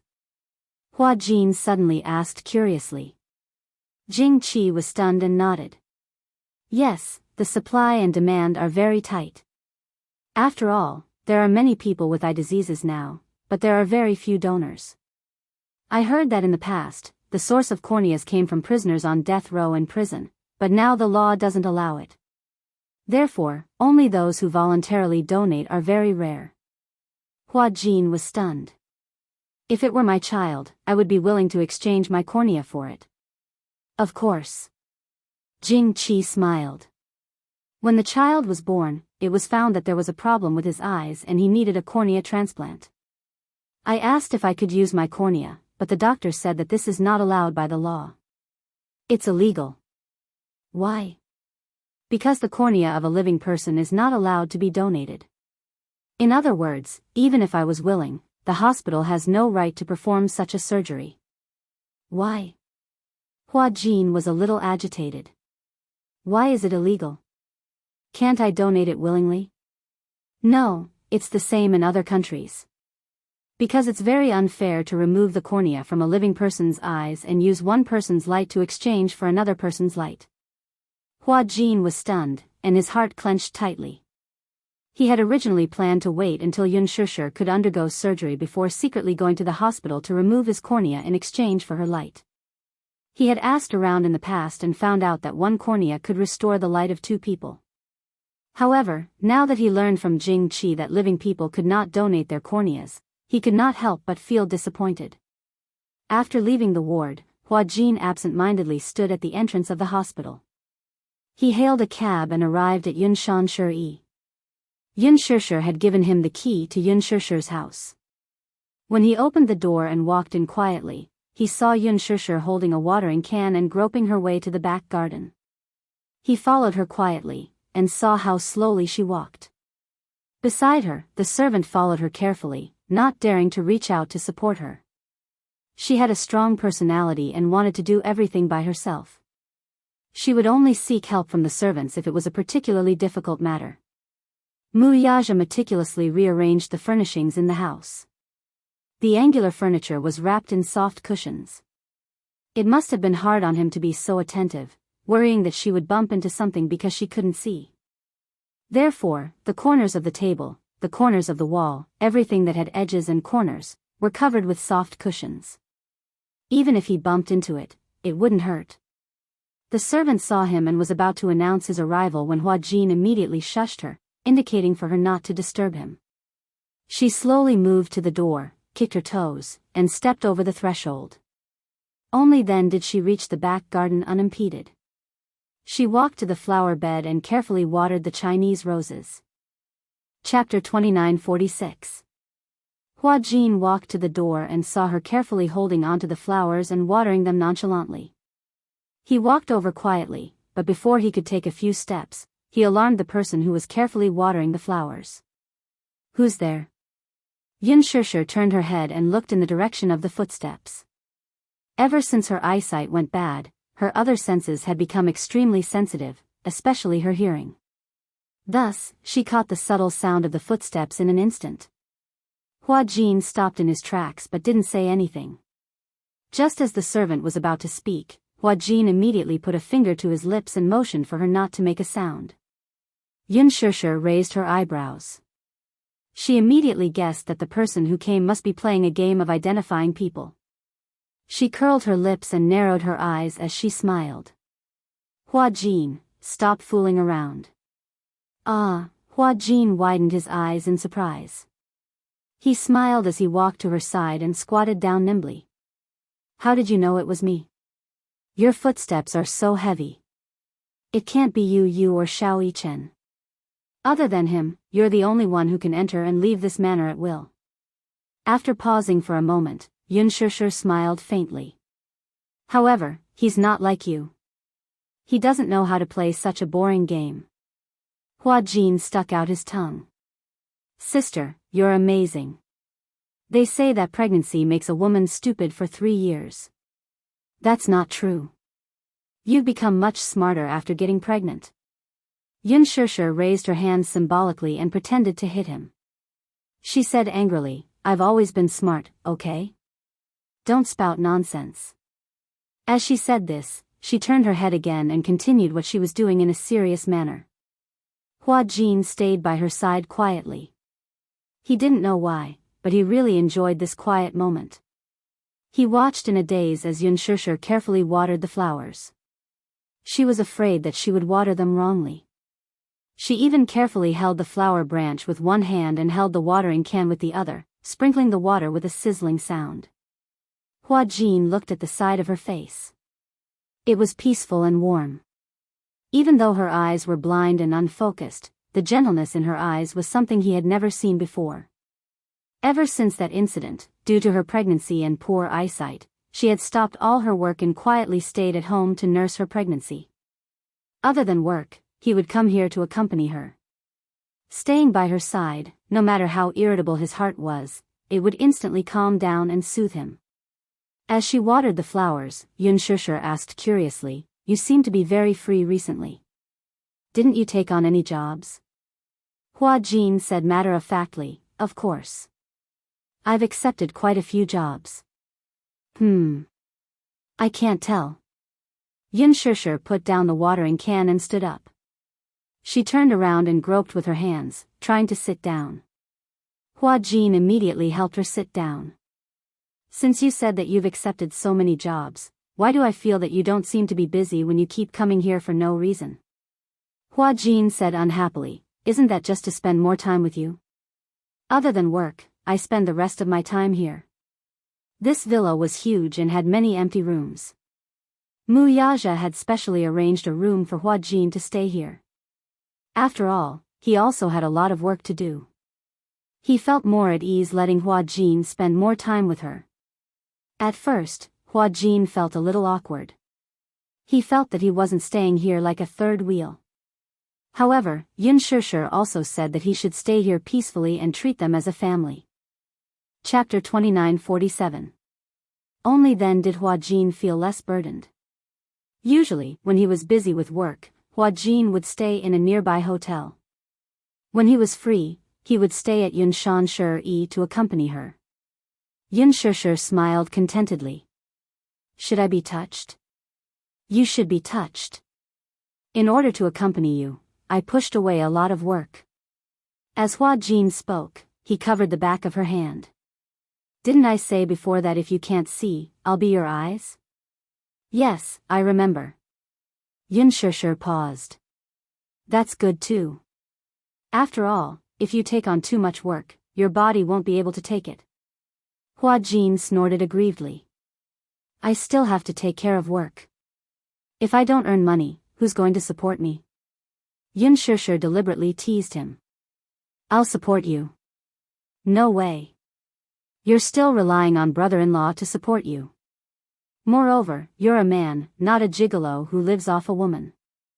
I don't want to rely on a woman to support me," Hua Jin said. Xianxia smiled and changed the topic. Suddenly, she asked, "Where did you go today?" Hua Jin was stunned. He didn't intend to hide it and said slowly, "I went to the hospital today." "The hospital?" Xianxia was nervous. "Why did you go to the hospital? Are you feeling unwell?" "No. I just went to visit a child." "A child?" "Yes." Hua Jin paused and pondered for a moment. Then, he asked slowly, "Did brother-in-law mention the name Jingyang to you?" "Jingyang?" Xianxia looked confused. "No. Did you know?" When Qin Zhou was tidying up Gu Xing's belongings, he found out that Senior Gu Xingza had filled in the volunteer form for organ donation when he was alive. Jingyang received Gu Xing's cornea as a donor and went through the surgery successfully. "I saw this little guy today.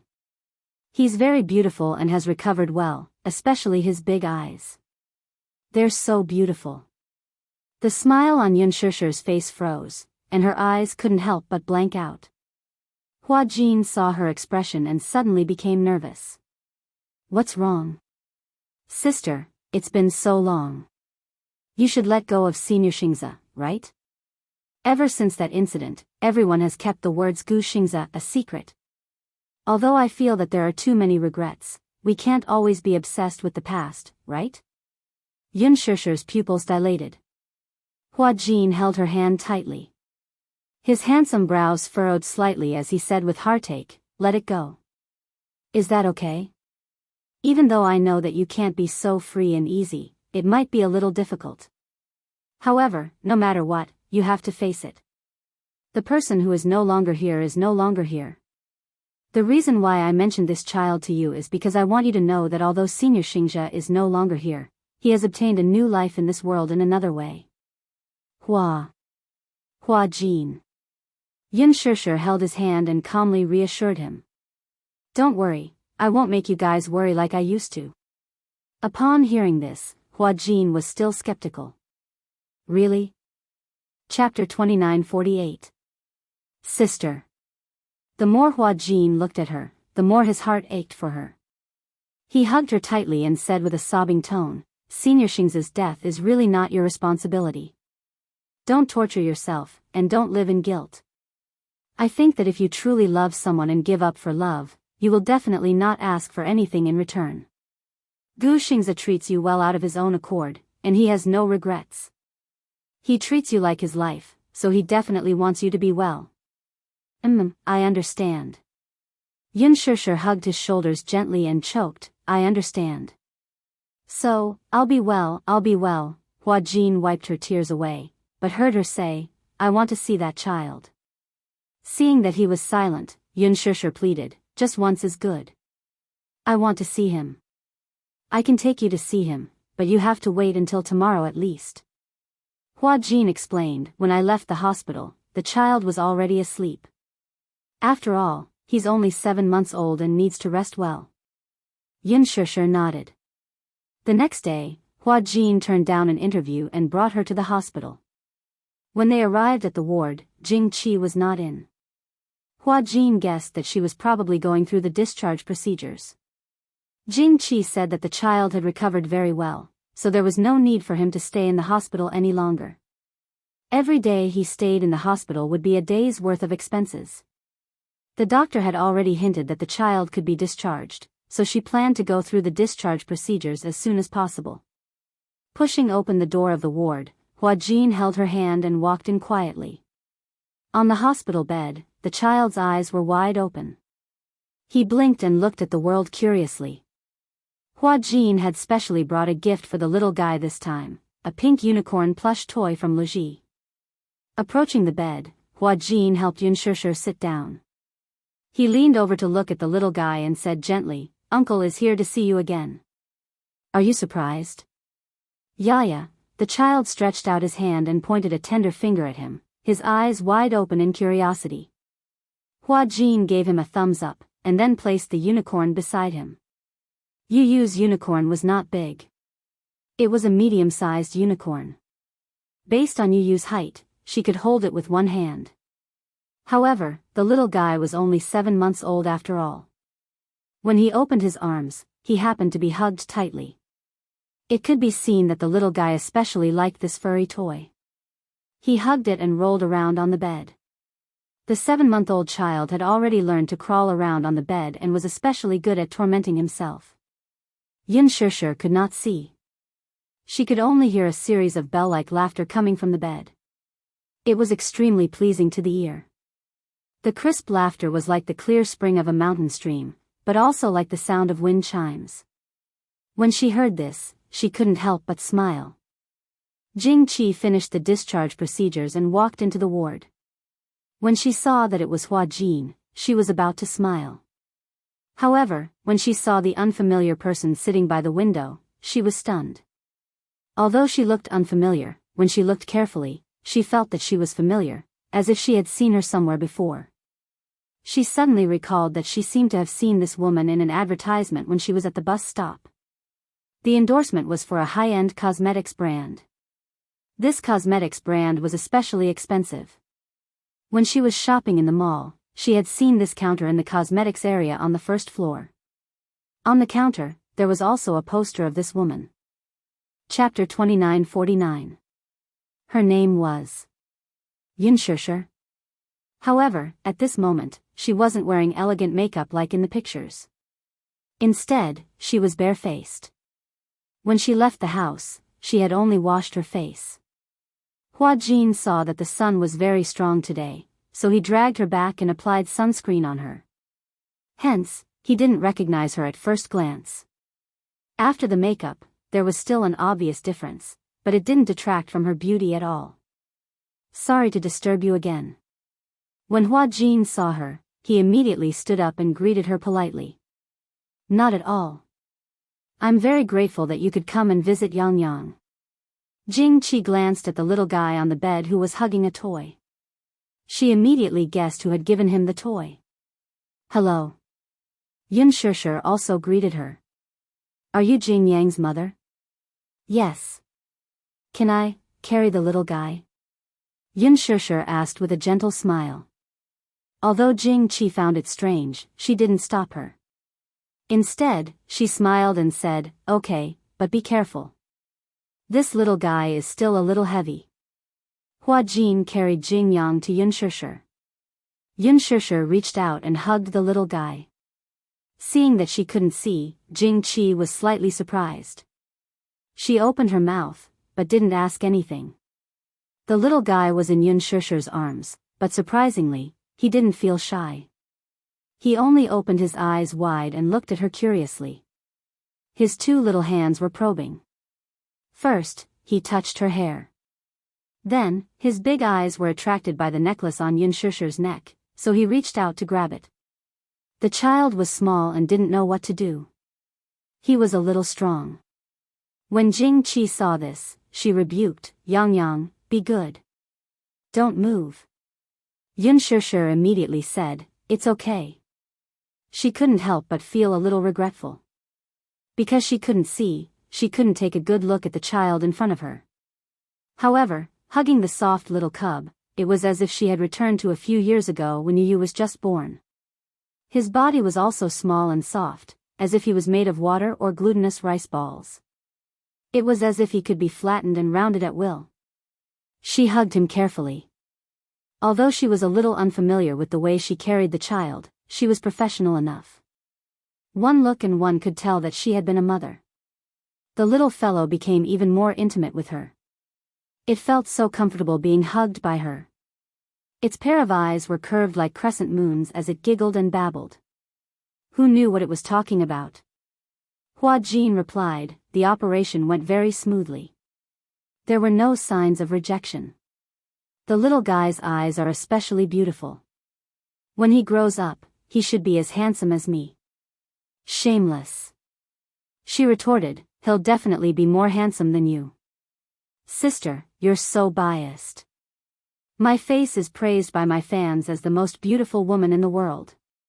You're a little fresh meat now, but in a few years, won't you also become old cured meat? No matter how beautiful you are, you'll still get old. As she spoke, she ruffled his silky hair and smiled. This little guy is so tender that I can squeeze water out of him. Jing Qi asked carefully, are you friends with Mr. Gu Xingzi? Xianxia smiled, but it was a little bitter. Yes. Chapter 2950. Xianxia said, I'm not a big star. I only entered this industry because of my love for performing. Jing Qi could not help but feel a little touched. She had heard that big stars were very good at acting like big shots and putting on airs. After all, they had always been under the spotlight. The love of their fans, the flowers and applause, and their annual income was tens of millions. Even Gu Xingzi's annual income was in the hundreds of millions. Therefore, these big stars were definitely superior to others. Therefore, when she first saw Xianxia, Jing Qi could not help but feel a little uneasy and at a loss. At the same time, she felt a little inferior and looked up to her. However, Xianxia's easygoing nature surprised and touched her. She did not put on airs at all. When she said that she was not a big star, she was definitely not hypocritical. Deep down, she thought that she was just an ordinary person. You're different from other celebrities. Jing Qi smiled. You're so famous, but you don't put on airs when you talk to me. As she spoke, she walked over and asked with concern, I wanted to ask just now. Your eyes. Are they injured? I think you can't see anything. Xianxia said calmly, yes. My eyes are a little injured and I can't see anything. Is that so? Jing Qi furrowed her brows in confusion. She was meticulous and seemed to have thought of something. She asked strangely, aren't you Gu Xingzi's friend? Then. When he donated his cornea back then, you could have accepted his cornea as a donor for the transplant. Xianxia did not say anything. Jing Qi could not help but ask sensitively, am I being nosy? I'm sorry. I'm a boorish person and I don't know how to talk. Sometimes, it's clearly a sentence of concern, but when it comes out of my mouth, it doesn't sound good. It's a little harsh. Don't take it to heart. If I'm being nosy, I won't ask. No, Xianxia said lightly, I can't undergo the surgery now because I'm pregnant. If I undergo the surgery, it won't be good for the fetus. I want to protect the child. Let's put the matter of my eyes aside for now. I see. So that's how it is. She cursed silently in her heart. This beautiful superstar should be very good friends with Gu Xingzi. This was because when she saw Xianxia holding the child, the look in her eyes was not just pure love. Instead, it was a kind of pity, pain, and even longing. She clearly couldn't see, but her gaze seemed to be able to see something through the child. Xianxia lovingly hugged Jing Yang in her arms, but Jing Qi knew in her heart that the longing and heartache on her face was not because of her love for the child. She didn't understand if this was a disguised form of entrusting. She placed her longing for Gu Xingzi on this child.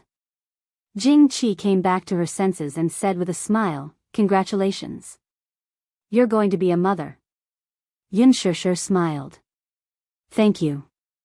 She suddenly turned her head and gently stroked the little fellow's face. Her eyes inevitably revealed some regret.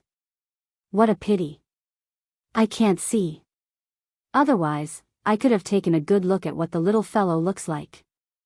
In the future, when your eyes recover and the little fellow grows up, I'll definitely hold his hand and show him to you so that you can have a good look. Chapter 2951. Xianxia smiled when she heard that. Well, that's good too. Jing Qi added, although cornea donors are hard to find, you're different from us. If you have a wide network, you'll have many channels to obtain cornea donors. Xianxia only nodded but didn't say anything. In fact, for the former Wuxia, the Mu Corporation had so many medical industries under its name. It could be said that it controlled a wide range of resources. But it was different now. After Wuxia left, the Mu Corporation completely removed him from the Mu family. What did that mean? Even his name wasn't on the family tree. Therefore, most of the Mu Corporation's medical resources were still in the hands of the Mu Corporation. The Xingyu Corporation was a financial consortium and real estate company. Recently, it had made a bold move into the internet industry and established internet technology. However, the only thing that he was concerned about was the Mu Corporation's medical industry. Wuxia had always been ambitious and coveted the Mu Corporation's medical industry. He wanted to annex it and take it for himself. However, this was not something that could be done in a short period of time. However, Xianxia was optimistic about regaining her sight. No matter what, she would live well. After leaving the hospital, Huajin helped Xianxia into the car. It was not until they got into the car that Huajin heaved a sigh of relief. Why are you sighing? Xianxia laughed at him. Huajin muttered, fortunately, the scene I imagined didn't happen. What scene? Huajin said awkwardly, to tell you the truth, I thought that when I brought you to the hospital and imagined you hugging the child, you'd definitely burst into tears. You'd cry so hard that you'd be out of breath and the world would turn dark again. Xianxia's lips twitched. Am I that pretentious? Huajin glanced at her from the corner of his eyes as if he was silently teasing her. Xianxia retorted, I'm not that weak. Why not? Huajin said aggrievedly, you don't know this, but at that time, because of Xingji, you didn't have any appetite and couldn't sleep. You felt empty as if your soul had left your body. Qin Zhou brought over the videotape that Xingji had recorded before he was born. Brother-in-law had only just started playing it, and you were already crying like a broken dam. You don't know that when he sees you cry, even the Gongjie secretly wipes his eyes. Mr. Gongjie? Xianxia's face twitched again. What is this? Why do you call him that? That's because he looks so fierce. I feel that if I call him by his name, he will be angry, so I always call him Lord Gongjie. Xianxia couldn't help but imagine that Gongjie had his hands on his hips and looked arrogant. She couldn't help but cover her mouth and laugh. Hua Jin grumbled, "All right, don't make fun of me. It's my fault for being so afraid of him. In the future, if Shao Jia bullies you or gives you attitude, I will definitely back you up. Don't. I can't bear the responsibility." When Hua Jin heard this, his face turned pale and he trembled. Yun Shishir looked confused. Why? She didn't know why, but she felt that Hua Jin had an inexplicable fear and apprehension towards Gong Jia. Was it necessary? He made Shao Jia seem like a demon king. You don't know, right? He. When he found out that you acknowledged me as your brother, he couldn't stand the sight of me. When? Chapter 2952. When Hua Jin talked about the past, he felt so sad that he wanted to wipe away his tears. When you were asleep, he made things difficult for me. When we ordered takeout together, I could only eat vegetarian food and he only allowed me to eat half a bowl of rice. When I wanted to stay by your side, he chased me away. When I refused to leave, he grabbed me by the collar and asked me to go home. When I washed some clothes for you, he stood by the side and glared at me like a tiger watching its prey. That was unbelievable. Yun Shishir never knew that Shao Jia could be so jealous. All right. Don't be afraid of him. She wrapped her arms around his shoulders. Both of them are my favorite younger brothers.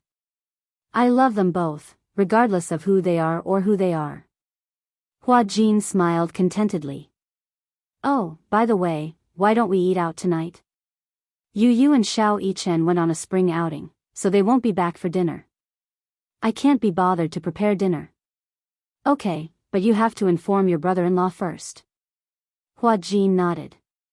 Okay, I'll call him now. Mu Yaja received a call from Hua Jin. Hua Jin said that Yun Shishir rarely went out, so he took her out to walk around and bask in the sun. After that, they settled dinner outside. He was a little worried and asked a lot of questions. Hua Jin comforted him, saying that they had brought enough people with them for this trip, so there was no need to worry about any danger. Mu Yaja was relieved. Come back early. Yes, sir. After Hua Jin hung up the phone, Mu Yaja raised his wrist to look at the time. It was already 4 in the afternoon. He tidied up the table and called Lu Jinyu. After handing over some simple tasks to him, he drove out of the office. Naturally, he did not go home immediately. Instead, he drove to another villa. The villas in Yulong Bay were once developed by the Mu Group. Back then, he had already started to secretly set up his own company. In order to raise funds, he had acquired a few properties and conducted 2 rounds of financing. After the financing, the properties were vacant, and he was not in a hurry to sell them. After all, the value of real estate was very high, and it was also convenient for financing and investment. The reason he'd rushed to Imperial Dragon Bay was none other than because he'd arranged for Yun Na to stay here some time ago. Mu Yaja parked the car in the basement and got out. He walked to a shuttered door and pressed the password. The door slowly opened. The villa had a total of 6 floors, and 2 of them were basements. The first basement was the garage, and the second basement was a very large storage warehouse. Yun Na was then settled in the warehouse. The warehouse was temporarily remodeled. A bed and some furnishings were added. A stainless steel cell door was welded to the inside of the door. Usually, there were 5 people taking turns to guard it. When Mu Yaja walked in, Yun Na was tied to the bed. She had just been injected with a sedative. She kept struggling and screaming. Her throat was hoarse from crying at the top of her lungs, as if countless gravel had accumulated in her throat. She changed her clothes every 3 days. Sometimes, the guards were impatient and could not be bothered with her. After being imprisoned for so long, she had almost never taken a shower. Hence, her hair was messy and her face was dirty. On her face, there were bloodstains from her scratches. To prevent her from escaping, her wrists and ankles were handcuffed. Chapter 2953. Yun Na heard the sound of someone walking in and immediately turned her head. However, because she was sedated, her body was weak. This was also related to the fact that she had not eaten for many days. She had been on a hunger strike for 4 days. Therefore, these people who were watching over her tied her to the bed so that they could inject her with a nutrient drip. At first, she was still willing to eat some things. After all, her desire to live had won over everything. She did not want to die. Being locked up in such a confined space for a long time with no one to respond to his cries for help, it was very difficult for him to maintain a good mental state. Therefore, Yin Na could not help but feel a little tormented and actually started to go on a hunger strike. After not eating for 4 days, she had lost a lot of weight and was extremely weak. In order to ensure that her life was maintained, they had no choice but to tie her to the bed. When he walked in, the needle was just inserted into her blood vessel. "It's you. It's you." When Yin Na saw him, she started to struggle crazily. Her eyes were bloodshot, so red that it seemed like blood could drip out. Mu Yaja ignored her struggle. He glanced at his subordinates and questioned, "What's wrong with her?" "Chairman Mu, she refuses to eat. She has been on a hunger strike for a long time." "Hunger strike?" Mu Yaja laughed coldly. "You're quite capable." "Hunger strike? Was she protesting against house arrest?" "Mu Yaja." Yin Na glared at him with red eyes. Her face was ferocious as she asked aggressively, "What do you want? Now that I'm in your hands, you can kill me or torture me as you wish. Kill me or torture me as you wish." Mu Yaja curled his lips mockingly. "What a good, as you wish." He paused for a moment and suddenly walked to the front of the bed. He lowered his head and lightly sized her up, the smile in his eyes growing deeper. "However, I won't kill you." "What?" In shock, Yin Na widened her eyes in shock and looked at him in disbelief. Mu Yaja said, "Don't worry, I won't let you die." Yin Na's expression changed. "Won't let her die?" Then, in the end, Yin Na couldn't figure out what he was up to. This man was extremely black-bellied.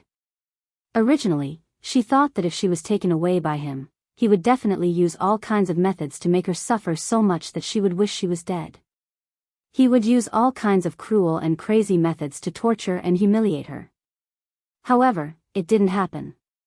He had only imprisoned her in darkness, but he had not done anything to harm her. Why? She caused Yun Shishir to become like that and Gu Xingzi to die. In his eyes, she had committed a heinous crime. He should hate her to the core. But now, he was saying that he wanted to keep her alive. In the end, Yun Na could not understand or guess this extremely shrewd man. "What are you trying to do?" she asked warily. "You don't need to know." Mu Yaja could not be bothered with her. He was only here to check on her condition. Seeing that she wasn't half dead like he had imagined, at least it meant that her will to live was strong enough. "Keep an eye on her," Mu Yaja instructed again and then turned to leave. Behind him, Yun Na asked hysterically, "What do you want?" Mu Yaja, "Kill me? With your methods, why don't you give me a quick death?" Mu Yaja stopped in his tracks, and a thick aura of viciousness appeared on his back. "Give you a quick death?" Chapter 2954. He laughed mockingly and glanced at her from the corner of his eyes. He said coldly, "There's something that I haven't gotten back from you yet. Don't even think about it." Yin Na was stunned when she heard that. She was a little confused by the thing he was referring to. What thing? What exactly did he say that he wanted to get back from her? What is it?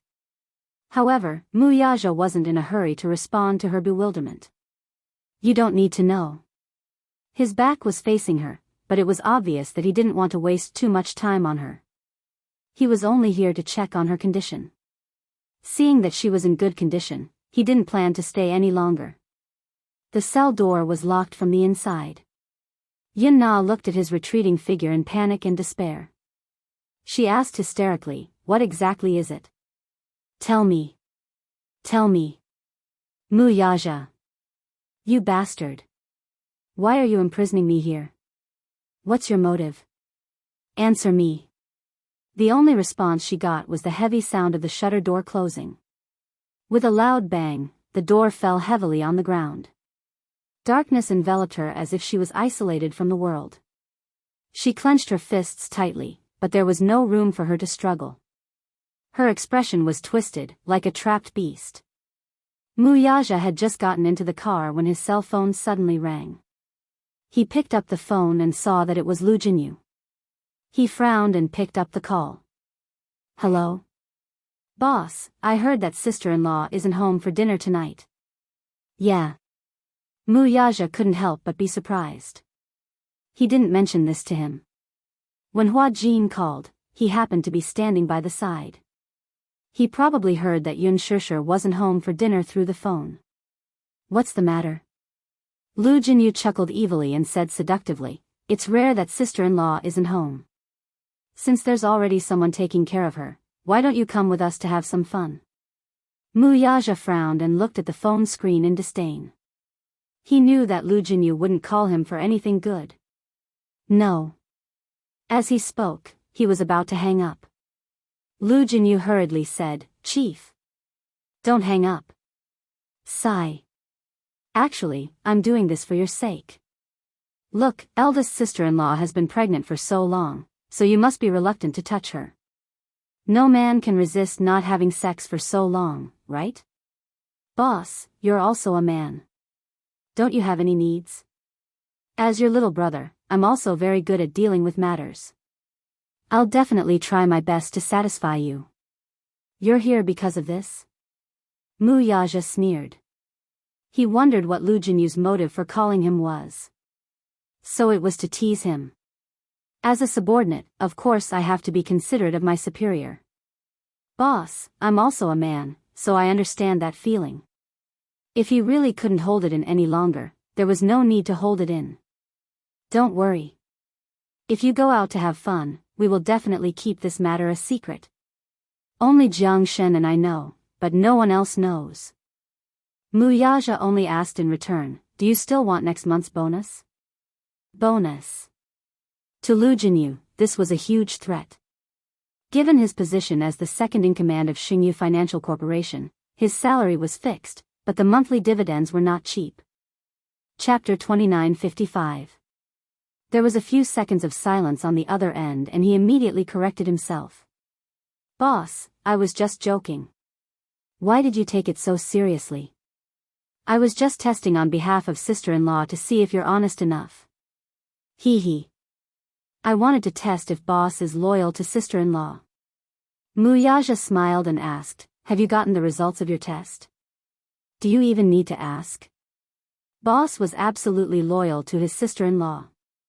All right. Boss, you're busy. Jianghu and I are free to do whatever we want. After he finished speaking, he hurriedly hung up the phone. Wuxia threw his cell phone aside and drove home. When he got home, Hua Jin and Xianxia were still not home. Yu and Xiao Yichen had gone for an outing and were not back yet. It was rare for the house to be so empty. He walked into the study and took out a stack of books from the drawer. They were all topics related to motherhood, childcare, and pregnancy. He had secretly bought a large stack of books on this topic behind Xianxia's back, especially on prenatal education and childcare. There were all sorts of books. He had not had the time to read them and he did not know if he could make up for it in time or if it would be of any use. Usually, he would be too embarrassed to take out these books and read them openly in front of Xianxia. Especially when Yu and Xiao Yichen were around, he would hide these books very well. He was afraid that the two little guys would laugh at him if they saw them. When Xianxia was pregnant with Yu and Xiao Yichen, he was not by her side. At that time, other than that night when he went to visit her and successfully got pregnant, he did not appear in front of her again. He vaguely remembered that when she was pregnant, she had attended some prenatal education classes. At that time, they had played Mozart's music and Chopin's piano pieces. However, when Xiao Yichen grew up, he did not seem to have any talent or luck in music. Instead, he was tone-deaf. Looking at Yu, he did not seem to be any better. This point was a little strange. Although he wasn't particularly talented in singing, at least he had a good grasp of the 5 tones. Yun Shishir's voice was very pleasant to listen to, and when she sang, she was also quite good. Why was it that when it came to these two fellows, they were tone deaf? Could it be that the prenatal education was not done well? Some time ago, Yun Shishir pestered him to read bedtime stories. However, it wasn't for Yu Yu and Xiao Yichen, but for the little guy in her stomach. Muyaja muttered, "Can she hear you?" Yun Shishir felt so wrong that the rims of her eyes turned red. He was flustered to coax her, but in the end, he didn't know what he had said wrong to make her suddenly like this. The next day, he specially consulted a new nanny who was one of his employees. As someone who had been through this before, this stay-at-home dad boasted. He said that when a pregnant woman was pregnant, her emotions would fluctuate easily. She would often cry at the slightest thing and become agitated. When Muyaja heard this, he was confused and stunned.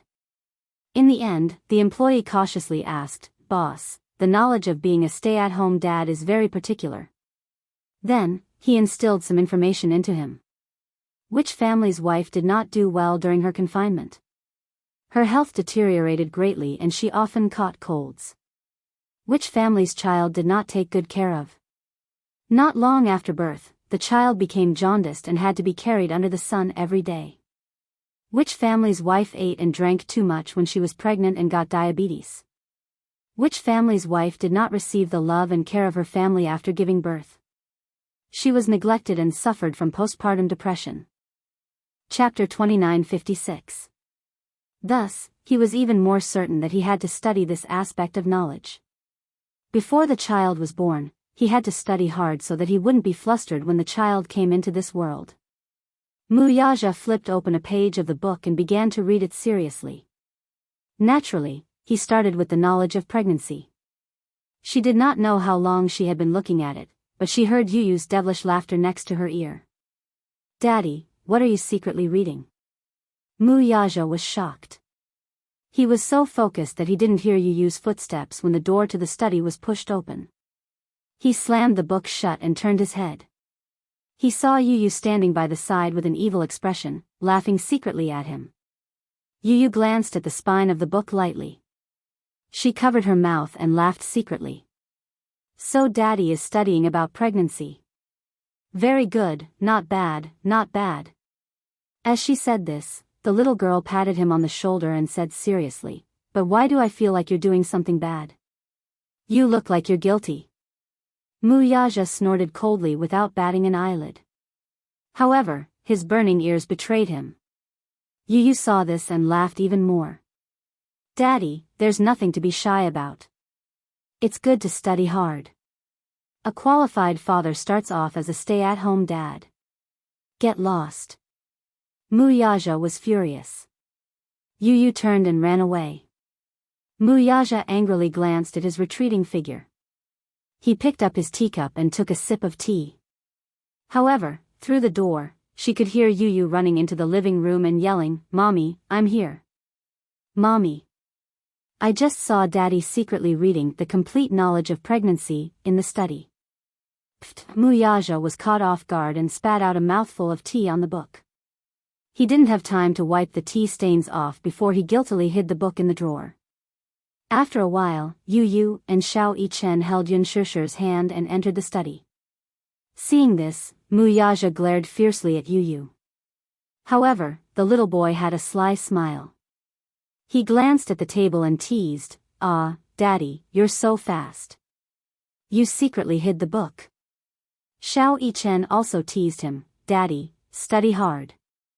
We're not at home, and Daddy didn't go out to play. You're reading obediently at home. Daddy must be trying to learn about pregnancy so that he can be by Mommy's side. Daddy, you're too sneaky's way. You're really unscrupulous in order to please Mommy." The two little lads echoed each other, and Muyaja's face grew increasingly hot. He clenched his fists, cleared his throat sternly, and chided them in a low voice. "Stop fooling around." Yun Shishir pursed her lips and smiled. She asked, "What are you reading?" "Nothing. I just heard you say that you were reading. I wasn't." Muyaja stood up immediately and walked to her side with a stiff expression. He frowned and said, don't listen to the two children. We're not fooling around. Daddy, reading books isn't something to be ashamed of. You're not reading erotic magazines behind Mommy's back. Before you could finish speaking, Xiao Yichen tugged at his sleeve curiously. What's an erotic magazine? Yun Shishir choked on her saliva. Mu Yaja's expression darkened. Chapter 2957. Yu and Xiao Yichen looked at each other. When Mu Yaja wasn't paying attention, they secretly made funny faces at him and stuck out their tongues. The two little lads held hands and left. Mu Yaja was satisfied. He turned around and helped Yun Shishir to the table. The latter asked curiously, "What were you looking at?" Yu was making a lot of noise just now. I didn't hear it clearly. No. Nothing. Tell me. The more he tried to hide it, the more curious she was. Her appetite was whetted and she looked like she wouldn't give up until she got to the bottom of it. Mu Yaja frowned and suddenly thought of something. He opened the drawer, took out one of the books, and passed it to her. Yun Shishir was stunned for a moment. It was just a book that she couldn't see. How could she read the words with her fingers? She didn't know whether to laugh or cry as she hit him. Hey, are you doing this on purpose? Are you bullying me because I can't see? You call this bullying? Mu Yaja suddenly circled in front of her, grabbed her hands, and inched closer to her suggestively. Then should I show you what real bullying is? Yun Shishir's face instantly heated up. He held her tightly, not allowing her to retreat. In the darkness before her eyes, suddenly, the man's unique fragrance brushed against her face. In the next second, his hot breath covered her red lips. The man squatted in front of her, pinched her chin, and kissed her gently. In the corridor, Yu suddenly thought of something. A sly look flashed across her eyes and she stopped in her tracks. Just as Xiao Yichen was puzzled, Yu put up her index finger and shushed her. She tiptoed around and walked towards the door of the study. The two little guys sneaked to the unlatched door, only to see Mu Yaja kissing Yun Shishir in the study. They were entangled and reluctant to part with each other. Xiao Yichen was the most shy. She quickly covered her eyes with her hands and didn't dare to look any longer. Yu, on the other hand, was watching with great interest. Xiao Yichen couldn't stand it anymore. She hurriedly pulled him aside and said with a red face, Yu, you're so naughty. How dare you peek at Daddy and Mommy kissing? If Daddy finds out, he's going to be angry. If you and I don't say anything, how will Daddy find out? Yu said matter-of-factly. Daddy was so immersed in kissing that he didn't notice us. Daddy's a little.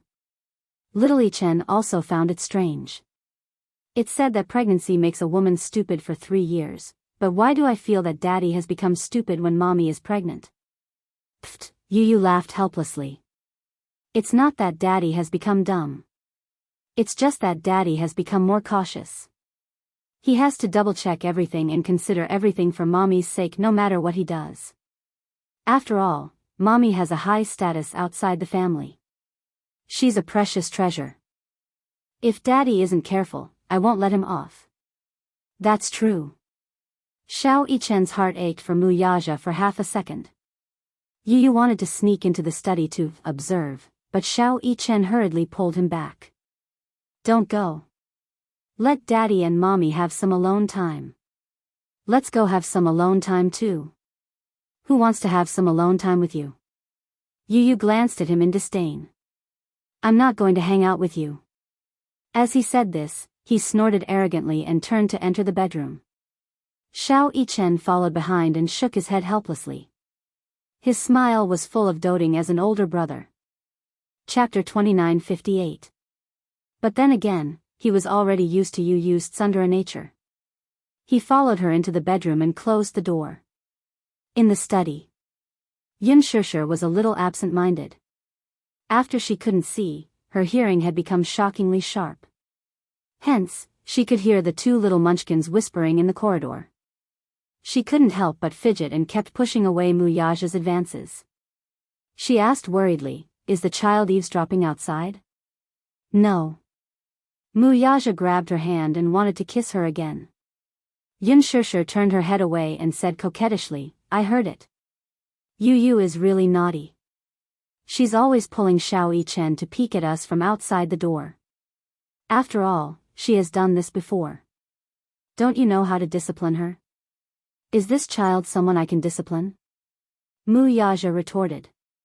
Not only is she naughty, she's also very smart. You can't discipline her. You, on the other hand. Wuxia changed the topic. Looking down at her face, he smiled and said, My good wife, don't be distracted. As he said that, he pecked the corner of her lips gently and said a little aggrievedly, I haven't had sex for more than a month. Even when we're kissing, you're distracted. After saying that, his handsome brows furrowed slightly, as though he wanted to say something but didn't want to. Xianxia was amused by his aggrieved tone and didn't know whether to laugh or cry. You sound so pitiful. Wuxia said sternly, You don't know how painful it is for a man to be abstinent. Xianxia was speechless.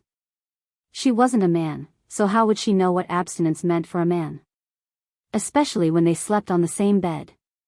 Every time she laid in his arms and slept peacefully, he would lower his head and look at her peaceful sleeping face. It was as if her skin could be broken by the wind. It was white and flawless. Her elegant eyebrows and dark red lips were everywhere to tempt him. Every time this happened, his lower abdomen tightened, as though he had accumulated a lot of strength. No matter how determined he was, it was as though his rationality was about to be demonized. Previously, many experienced people had told him about this matter. In the first 3 months and the second 3 months of a woman's pregnancy, they couldn't touch her. In other words, in the 4th month, as long as they were careful and didn't use too much force, there wouldn't be a problem. But Wuxia didn't dare to touch her. He always felt that she was too weak to stand up to a gust of wind. That thin and weak body, that bulging belly, and the fact that she was pregnant with a little guy in her belly, was already not easy enough. With such a thin waist, if he didn't grab it, he didn't know if it would collapse. How could he bear to touch her? It was already very difficult for her to be pregnant. After all, he had already confirmed that the little guy in her belly was a little princess. He was even more careful and cautious. He was full of anticipation for the arrival of the little princess. In terms of bed matters, he planned to endure it and did not dare to be too indulgent. Hence, Lu Jinyu half-jokingly dragged him out to have some fun. Someone else said, if you can't do it in bed, there are always other ways to do it. That person inexplicably leaned close to his ear and said, for example, the mouth can do it too. He, this person was Jianghu. He always came up with a lot of bad ideas. Wuxia glared at him and chased him aside. How dare you criticize your sister-in-law? You don't want next month's bonus anymore. Chapter 29:59. Before he could finish speaking, Wuxia glared at him as if he was about to kill him. Jianghu shut up at the right time. Lu Jinyu laughed out loud. Ah Shen, don't tease boss. Don't you know? Boss is famous for being a blockhead and a slave to his wife. Look at how boss signed those billion-dollar contracts without batting an eyelid. But if sister-in-law's face gets sullen, boss will definitely be in a hurry to coax her. It's said that many men are very tormented when their wives are pregnant. Those who can bear it will ask their wives to use other methods to resolve it. Those who can't bear it will cheat and have affairs at this time. However, boss is a slave to his wife of the new era. It's only 10 months. Just grit your teeth and it'll pass just like that. As Lu Jinyu spoke, he said vividly in front of Wuxia, Ah Shen, why don't we bring boss out to have some fun tonight? I know a place where the girls are not bad. Be careful, sister-in-law will come after you. Jianghu smiled evilly and said, Boss, you have to hold on. You have to hold on until the last moment. You have to protect your integrity for sister-in-law. Wuxia pretended to be calm as he flipped open the financial report and said with a calm expression, It's only 10 months. Although he said it casually, when this person lay beside him at night, a certain man suddenly realized how long 10 months was. It was practically light years. What was the feeling of despair? That was when he thought about how he still had to endure for 6 months before he could unload the goods. Sometimes, when he had a reaction, even a cold shower could only temporarily soothe it. When he lay down on the bed and held her in his arms, he felt that indescribable feeling again. Where did he get so much energy from? It seemed that he had to think of a way to exhaust this excess energy. Hence, Wuxia decided to set up a gym at home. Every day, he would run for an hour before going to bed and then do a set of barbells.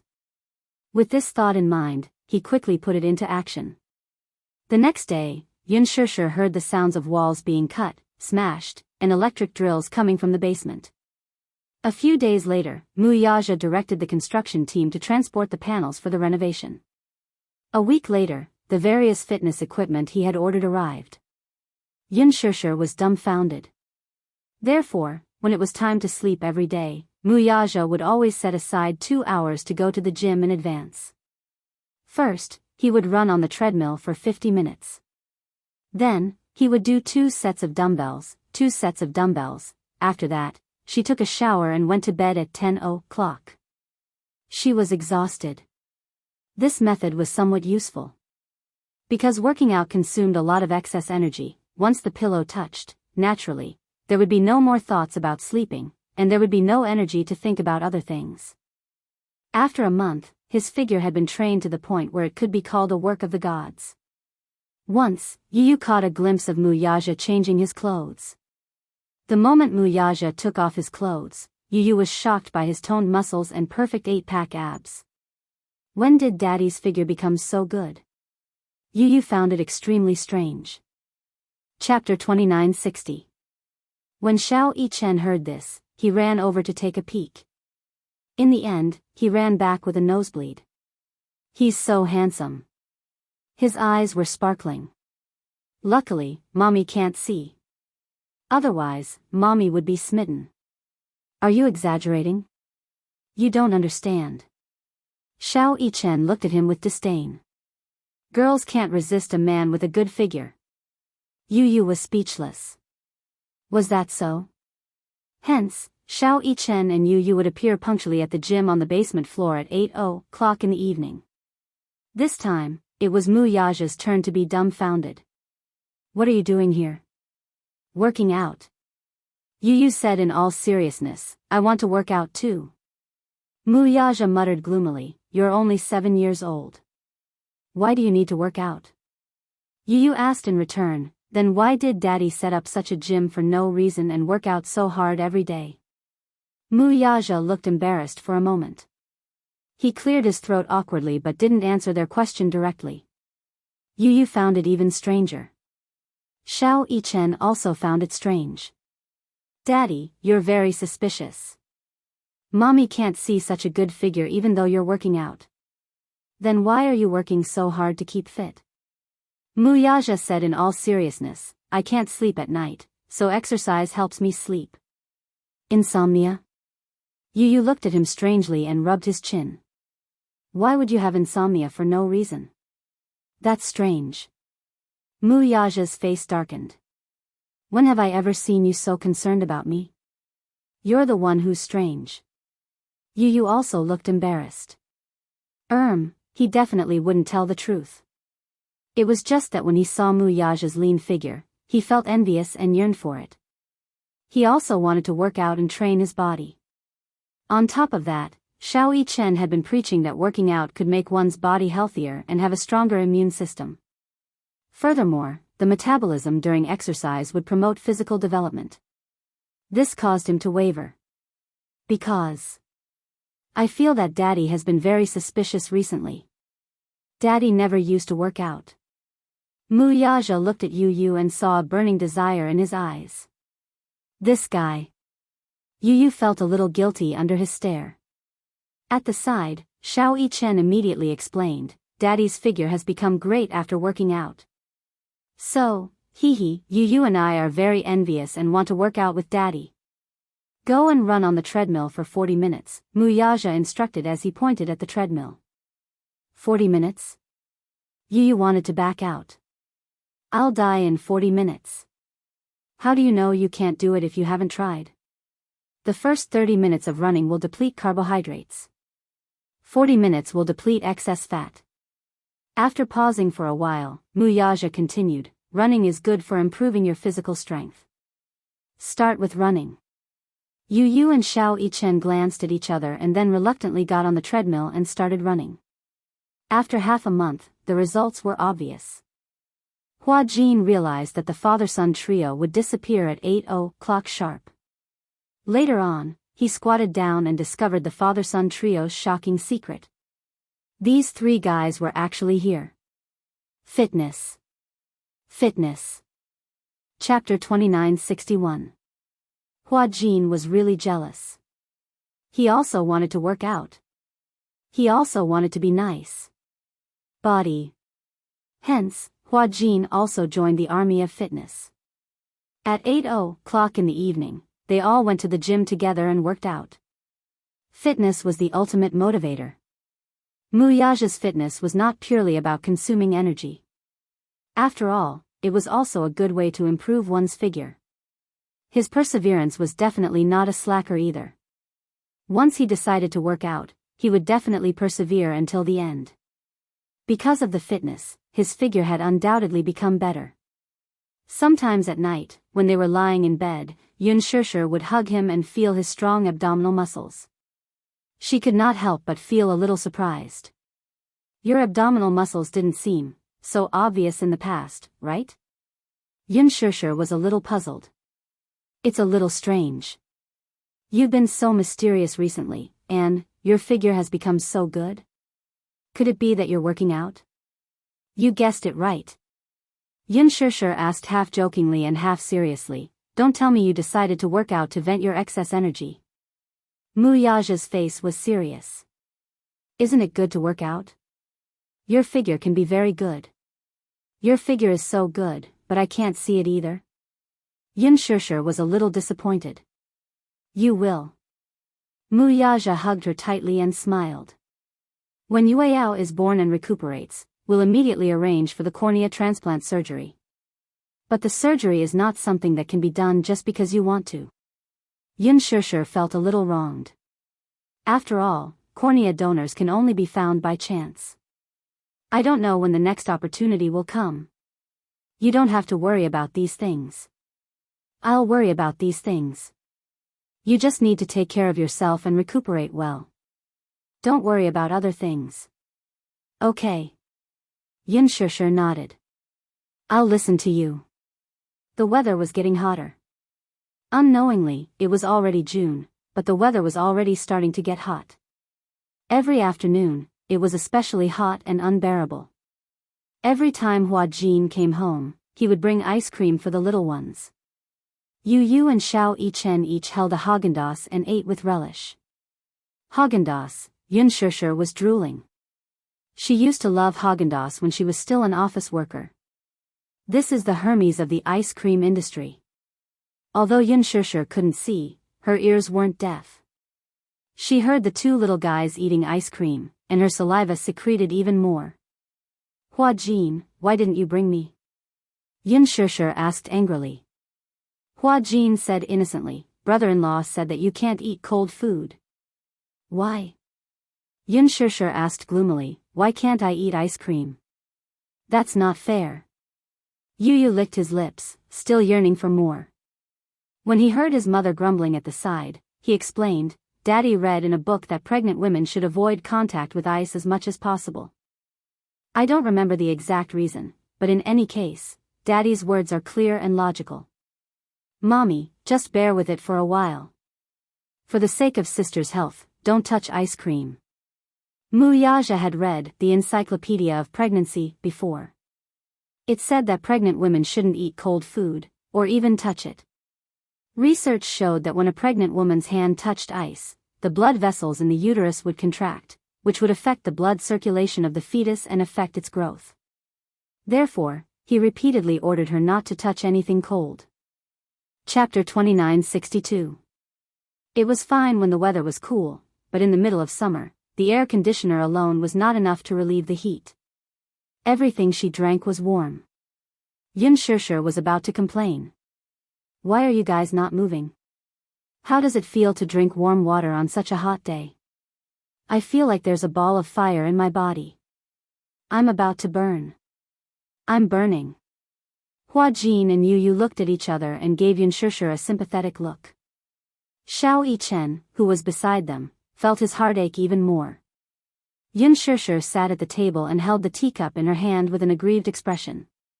The teacup was filled with hot water that had just been boiled. As it had not cooled down yet, she was so thirsty that her throat was about to smoke. She could not drink any water. It was too hot. These days are simply too torturous. She wept and wailed, her hopes dashed. It was easy to be anxious during pregnancy. Moreover, it was summer. More importantly, her situation was very different from when she first got pregnant. When she was first pregnant, Wuxia had sent a top-notch nursing team to take good care of her food, clothing, and daily necessities. At that time, she was 18 years old and pregnant for the first time. The pregnancy symptoms were not serious. At first, she had some morning sickness and did not have a good appetite. Hence, the nurse in charge of taking care of her put in a lot of effort to adjust her appetite. Fruit yogurt, potato salad, watermelon juice, orange juice. Due to the need to nourish the fetus, she was arranged to live in a villa near the sea. Although she did not leave the house, the villa had a large courtyard, rockery, and flowing water. When she was free, she would take a walk in the courtyard. When she took a walk, a large group of people followed closely behind her. After all, the child in her stomach was precious. Wuxia repeatedly emphasized that if anything happened to the child, they would be held accountable. They could not bear the responsibility. Hence, they took good care of her 24 hours a day.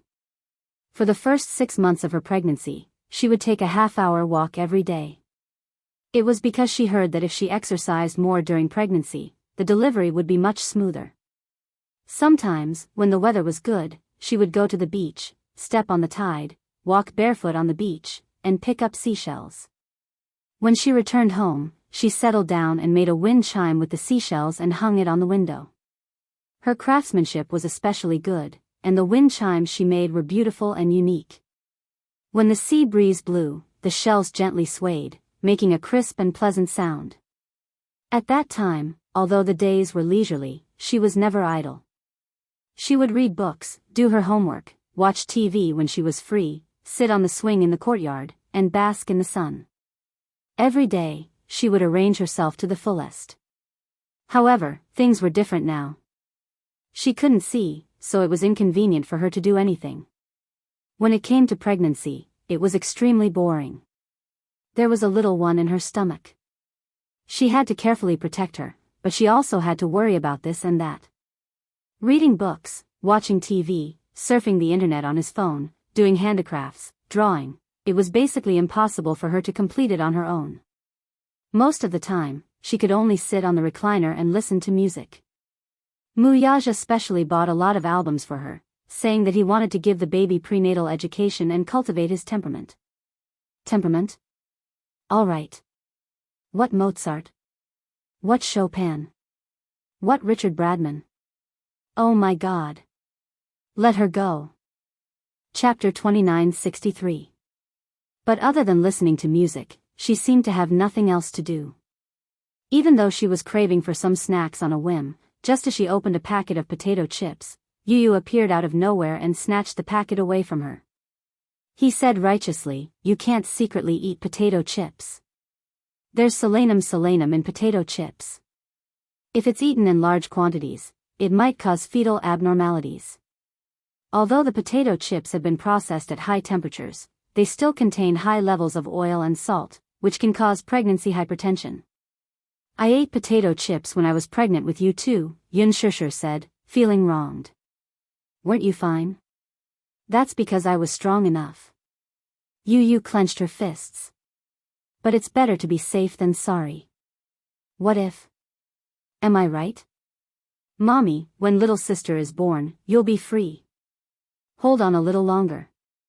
She couldn't eat spicy food. She couldn't eat ice. She couldn't eat too much meat either. She couldn't eat too much sugar either. More importantly, ever since she got pregnant, she really had nothing to do besides listening to music and taking a stroll after meals. More importantly, Mu Yaja's nursing skills were indeed passable. After all, he was born into a rich family and had never served anyone before. This was his first time serving someone, and it was her. Although his attitude was good, but, in the middle of the night, she was suddenly awakened by hunger. Her stomach was growling. She turned her head and saw that Mu Yaja was sleeping soundly. Hence, she snapped her fingers lightly and the voice-activated wall lights lit up. Ever since her eyesight had deteriorated, Mu Yaja had changed all the lights in the house to motion sensor lights. Although her eyesight wasn't good, especially at night, it didn't mean that she couldn't see anything. If the wall lights were on, she could still make out the faint light. Hence, he changed them to motion sensor lights. As long as there was even the slightest sound, the lights would light up. Wherever she went, the lights would illuminate the place. At least, she could use the light to determine her direction. Where there were lights, he had removed all the furnishings and there were no obstructions. Even Yu did not expect such thoughtfulness, but Mu Yaja was the first to take it into consideration. Yun Shishir was amazed by such a high-tech light control system. However, it was much more convenient after changing the light control system. She followed the light and groped her way to the shelf. She took a packet of biscuits and tore off the packaging. Mu Yaja was awakened by the sound of cracking. His first reaction when he woke up was, there was a rat. Then he heard the crunching sound of a mouse eating a biscuit. When he turned around, he realized that Yun Shishir was no longer there. Only then did he guess that the sound must have come from a hungry kitten in the middle of the night. Following the sound, he walked into the living room and saw someone sitting on the sofa, happily munching on a biscuit. He didn't go forward to disturb her. He quietly crossed his arms and leaned against the wall, watching her eat. Yun Shishir was so hungry that she couldn't care less about her image. She stuffed the biscuits into her mouth carelessly. She held a bottle of mineral water in her right hand and gulped it down from time to time. She seemed to be eating too quickly and choked. Mu Yaja walked over nervously and sat down beside her. He gently patted her back. Eat slowly. No one's fighting with you. Yun Shishir heard his voice and was stunned. She looked up. You're awake? Chapter 2964. Yeah. I was woken up by the sound of you eating. He stroked her back gently as he said, those who didn't know better would have thought that there was a rat in the house. You said that I sounded like a rat when I ate the biscuits? She questioned, feeling hurt. What? She felt aggrieved and unhappy. However, he was amused. Aren't rats cute? Speaking of which, you seem to be eating in such a hurry. Are you that hungry? Yeah. I don't know why, but I was woken up by hunger. I remember that I ate quite a lot last night. Why am I so hungry? It's probably because the baby is hungry. Really? Yun Shishir smiled. All right. I feel that it's especially difficult when I'm pregnant with this guy. After a pause, she held his arm and said coquettishly, Hubby, I want to eat ice cream. No. Mu Yaja immediately put on a straight face. You're not allowed to eat it. She begged again, boo-hoo. Just one bite. Just one bite, okay? Can't you bear with it? I don't know why, but I've been craving ice cream lately. It would have been better if he hadn't mentioned ice cream. The moment he mentioned ice cream, her saliva secreted even more. She swallowed a mouthful pitifully and said, one bite will do. Can you satisfy my craving? No. His stance was firm, and he didn't waver because of her grievances. If you can't eat it, you can't eat it. How can you be so heartless? Yun Shishir said angrily, can't you be more open-minded? Madam, I'm already very open-minded. I'm doing this for your own good. If it's for my own good, shouldn't you be looking for ice cream on the streets for me? She was being unreasonable. However, he was still very patient. He patted her head gently and coaxed, be good.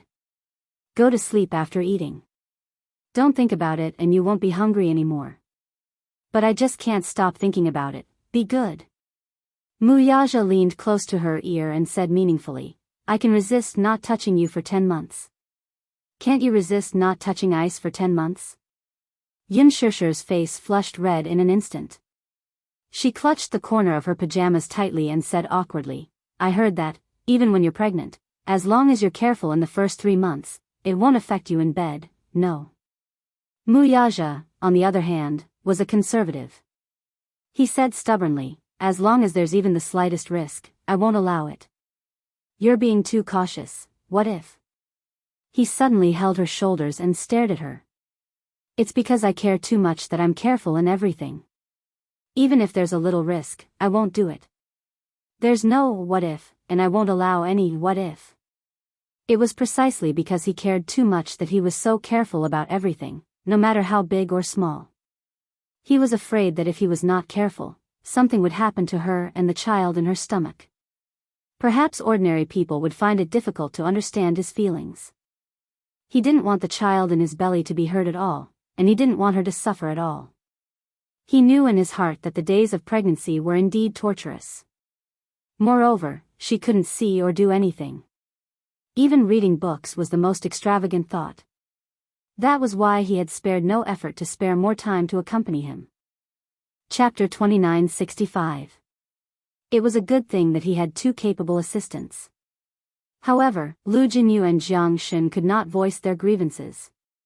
Those who didn't know better would think that boss was pregnant for 10 months. Xianxia could only give up. She reluctantly let him hold her hand and returned to the bedroom. Wuxia carried her to the bed and covered her with the blanket. After he got on the bed, Xianxia suddenly turned around and hugged him. Thank you. Huh? He raised his eyebrows in surprise. However, she heard her say, have I been making trouble for no reason recently? Before he could speak, she continued in frustration, I don't know why, but recently, my temper has been getting harder and harder to control. If I don't get satisfied with the small things, I feel especially anxious and want to flare up. Have I always made you angry? No. Wuxia smiled and said, Madam, this is a special period now. I'll give in to you more. In other words, even if I'm unreasonable, you won't stoop to my level? Xianxia teased him deliberately. When Wuxia heard this, how could he not know that she was deliberately digging a hole for him to jump into? However, he was a smart person. He knew that if he said yes directly, she might be unhappy. Therefore, he asked seriously, how is this being unreasonable? Madam is righteous, gentle, and virtuous. I can't wait to dote on you. Although Xianxia knew that he was deliberately coaxing her, her heart was still as sweet as honey. All right, stop fooling around. Wuxia pulled her into his arms and reminded her, sleep early. Lying in his arms, she suddenly felt a little uneasy. Is this the happiest moment of my life? Why do I feel a little uneasy? Wuxia raised his eyebrows, not understanding what she meant. I'm so happy now. I don't know what the future will be like, but this should be the happiest moment of my life. I'm so happy that I feel like it's almost unreal. No. Wuxia gently stroked her hair. I will make you happier. I want to give you the most beautiful things in the world. Xianxia pursed her lips and fell asleep peacefully on his chest. Not long after, he began to snore softly. Sleeping so soon? He didn't know whether to laugh or cry. He rubbed her face. Pig. Thus, with her in his arms, he fell asleep contentedly. However, not long after, Xianxia's resentment towards the ice cream came again. The weather was getting hotter. Hua Jin seemed to be deliberately provoking hatred. He wholesale a large batch of ice cream, Haagen-Dazs, Baxi, Cornetto, and all kinds of other ice creams. Yu returned home and opened the fridge. When she saw the fridge full of ice cream, she broke out in a cold sweat. She couldn't help but wonder if this Hua Jin did it on purpose. Did he deliberately use ice cream to attract hatred? Didn't he know that Mommy had been complaining for a long time because she couldn't eat ice cream? What a huge grudge. Life is hard, so don't expose it, okay? Mommy is already having a hard time. However, Hua Jin said that the weather was getting hotter. If they went out to buy ice cream every day, they would be melted by the sun just by walking. It was better to do it all at once. Yu felt that it made sense. Every afternoon, Hua Jin and the two little munchkins would sit at the entrance of the back garden, eating ice cream and chatting. Yun Shishir sat at the side, hugging Liang Baikai, her face full of resentment. Chapter 2966. Mommy, just be good. Yu muttered, bear with it for a while and you'll have a bright future. Can't I just have one bite? Not even one bite. Daddy will beat me up. Yu snorted. Xiao Yichen covered his mouth as he snickered, he might even punish you with the crime of murdering the little princess. Yu nodded in agreement. Yun Shishir stood up angrily and walked slowly in their direction. When Hua Jin saw this, he immediately reached out to help her up. Sister, be careful, Yun Shishir flung his hand away angrily and said speechlessly, don't touch me. I'm not your sister. Hua Jin, who was innocently implicated, cried helplessly, why am I implicated as well? Yu didn't know whether to laugh or cry as she said, how is this being implicated? You're the real source of all evil. What do you mean by that? Hua Jin pointed at himself, wanting to cry but having no tears. How am I the source of all evil? Yu said, if you hadn't seduced Mommy on purpose, Mommy wouldn't have been so greedy. A pot floated down from the sky. It hit Hua Jin hard on the head. Hua Jin hugged the pot and said pitifully, all right. My pot. It's just pregnancy. It's not my first time. When I was pregnant with you guys, I wasn't so careful. I couldn't touch this or that. Weren't you guys healthy? When Yu heard this, she immediately cleared her throat and pouted. That's not fair. Xiao Yichen's body is so strong, but Mommy, have you forgotten that I spent most of my time in the hospital before I was 4 years old? So it turns out that you didn't take good care of the fetus during your pregnancy. Perhaps my poor physical fitness is related to this. It would have been better if she had not explained it this way. Once she did, Yu felt that Mu Yaja was right. She was even more convinced of the importance of taking care of the fetus. Another pot was thrown from the sky, and this time, it was directly smashed on Yun Shishir's head. She was completely confused as she silently cursed in her heart, your physical fitness isn't good, it's not because you're in the nurturing period. Yun Shishir explained innocently, you and Xiao Yichen are twins. The doctor said that when you were in my stomach, you were competing for nutrients. You couldn't compete with Xiao Yichen. Also, you were born prematurely 8 months ago. Because you were born prematurely, you were weak. Why is it premature? Yu asked curiously, blinking. The doctor said that it's because of the anxiety during the pregnancy, plus, at that time, when she was more than 7 months pregnant, Yun Shishir asked for permission to meet Yun Yecheng. That period of time was when the Yun family was at its most difficult. However, even though they had been meeting, Yun Yecheng was very extreme about her surrogacy. He was once so proud. How could he watch his beloved daughter use her body as the price to repay the Yun family's debt? This debt to the loan sharks might be cleared in an instant. However, the guilt he felt toward her was something that he would never be able to repay in this lifetime. Therefore, every time they met, the father and daughter would sit opposite each other. He would always think of all sorts of ways to persuade her to abort the child. Yun Yecheng's thinking was very simple, but he did not know that if she were to abort the child, it would be even more harmful to her body. Chapter 2967. Hence, during that period of time, the pressure and burden on her heart were too heavy. Her first child was twins. Furthermore, she was only 18 years old when she got pregnant. Compared to other pregnant women of her age, the preterm delivery rate was 11 times higher. Furthermore, her emotions fluctuated greatly. One morning, when she woke up, she had just gotten out of bed and walked a few steps when she felt something strange in her body. On the way back to school, in the car, she suddenly felt a warm liquid sliding down her thighs. It turned out that her amniotic fluid had broken. As there was still a long way to go before the due date, no one had expected the sudden premature birth. She was then rushed to the hospital. Fortunately, her life was saved. Hua Jin suddenly mumbled, "If it's just a little bit, it shouldn't be a problem, right?" "No way." Yu insisted. "If anything happens to mommy, daddy will tear you to pieces." Hua Jin swallowed his saliva in horror. So brutal, of course. His sister is his life. With her around, we'll lose our status.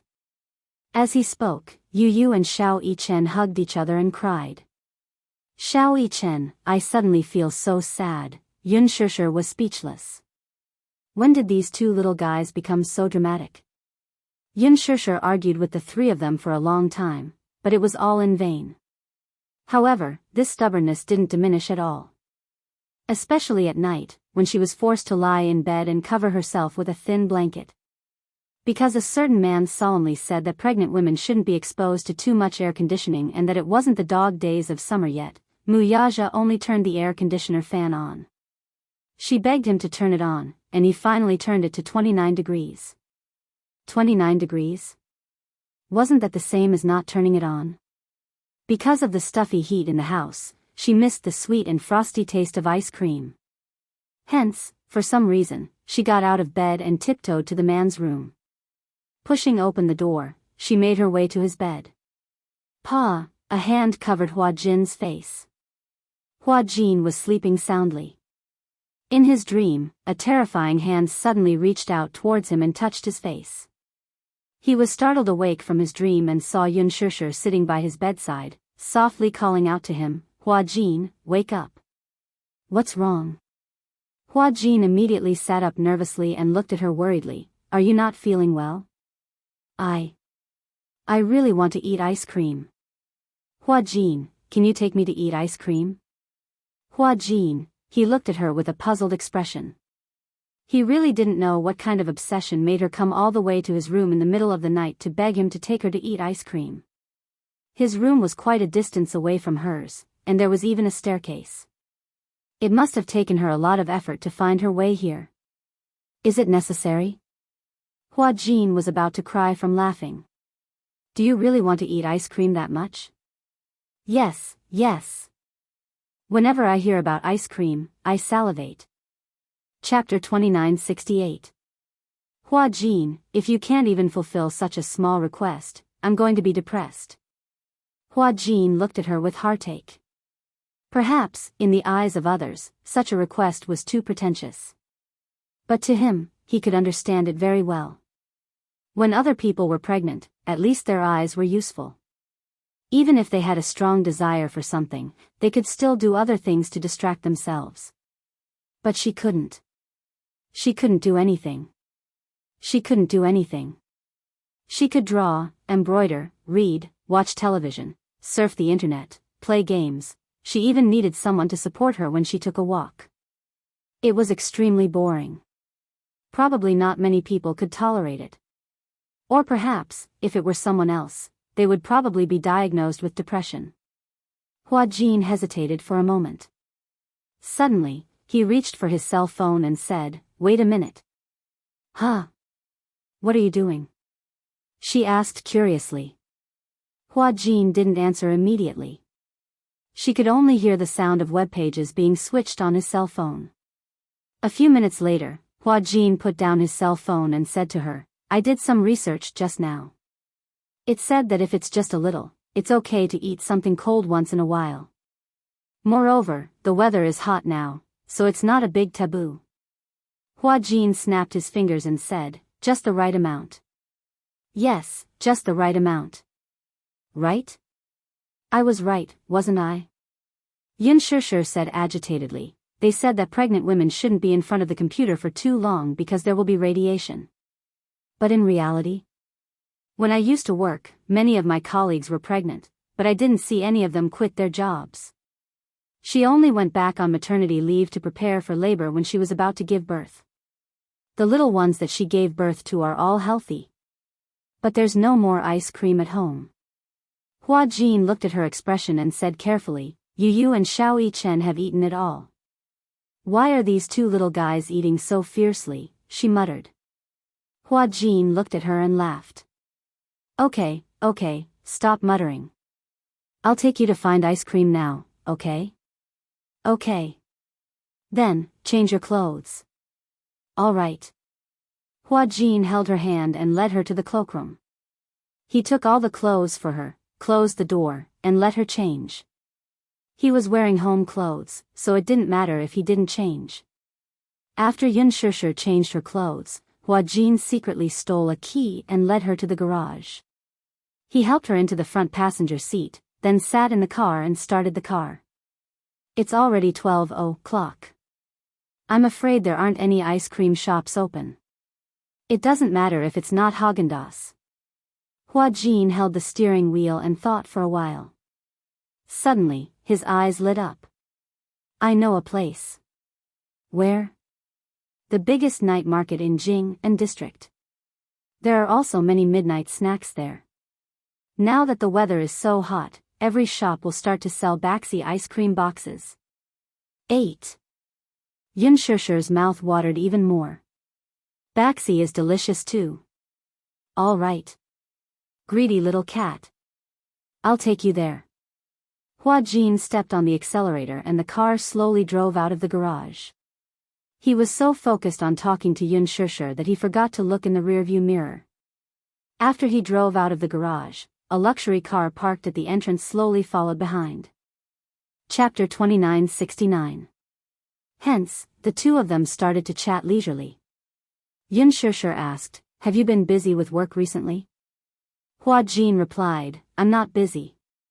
I've taken on a lot of commercials recently. It might have something to do with Lethal Beauty's high viewership ratings. Yun Shishir was surprised. Lethal Beauty has been very popular recently? Hua Jin nodded. Yeah, after your character died, the viewership ratings shot up. Yun Shishir was speechless. Hua Jin said, after all, the villain is dead, and the audience's passion for watching shows has been revived. Because of Lethal Beauty's good viewership ratings, I've taken on a lot of commercials. One of the biggest sources of income for a celebrity was advertisements. It was the most important component. Usually, a celebrity's income came from filming movies and TV dramas. With Hua Jin's status, he would get 1 million for filming an episode. After the company's share, he would get 600,000 after tax. In other words, there were 60 episodes of Lethal Beauty, and Hua Jin had a net profit of 36 million. That was a very eye-catching figure. In the entertainment industry, this income was something that many people could only look up to. But this was only a part of the income. Usually, other than acting, each person could film an average of 2 TV dramas and 1 movie in a year. In addition to various variety shows and stage performances, the remuneration from filming commercials still accounted for the majority of the income. The filming period for commercials was usually a few days, and in these few days, they could earn a few million. It could be said that it was easy and simple.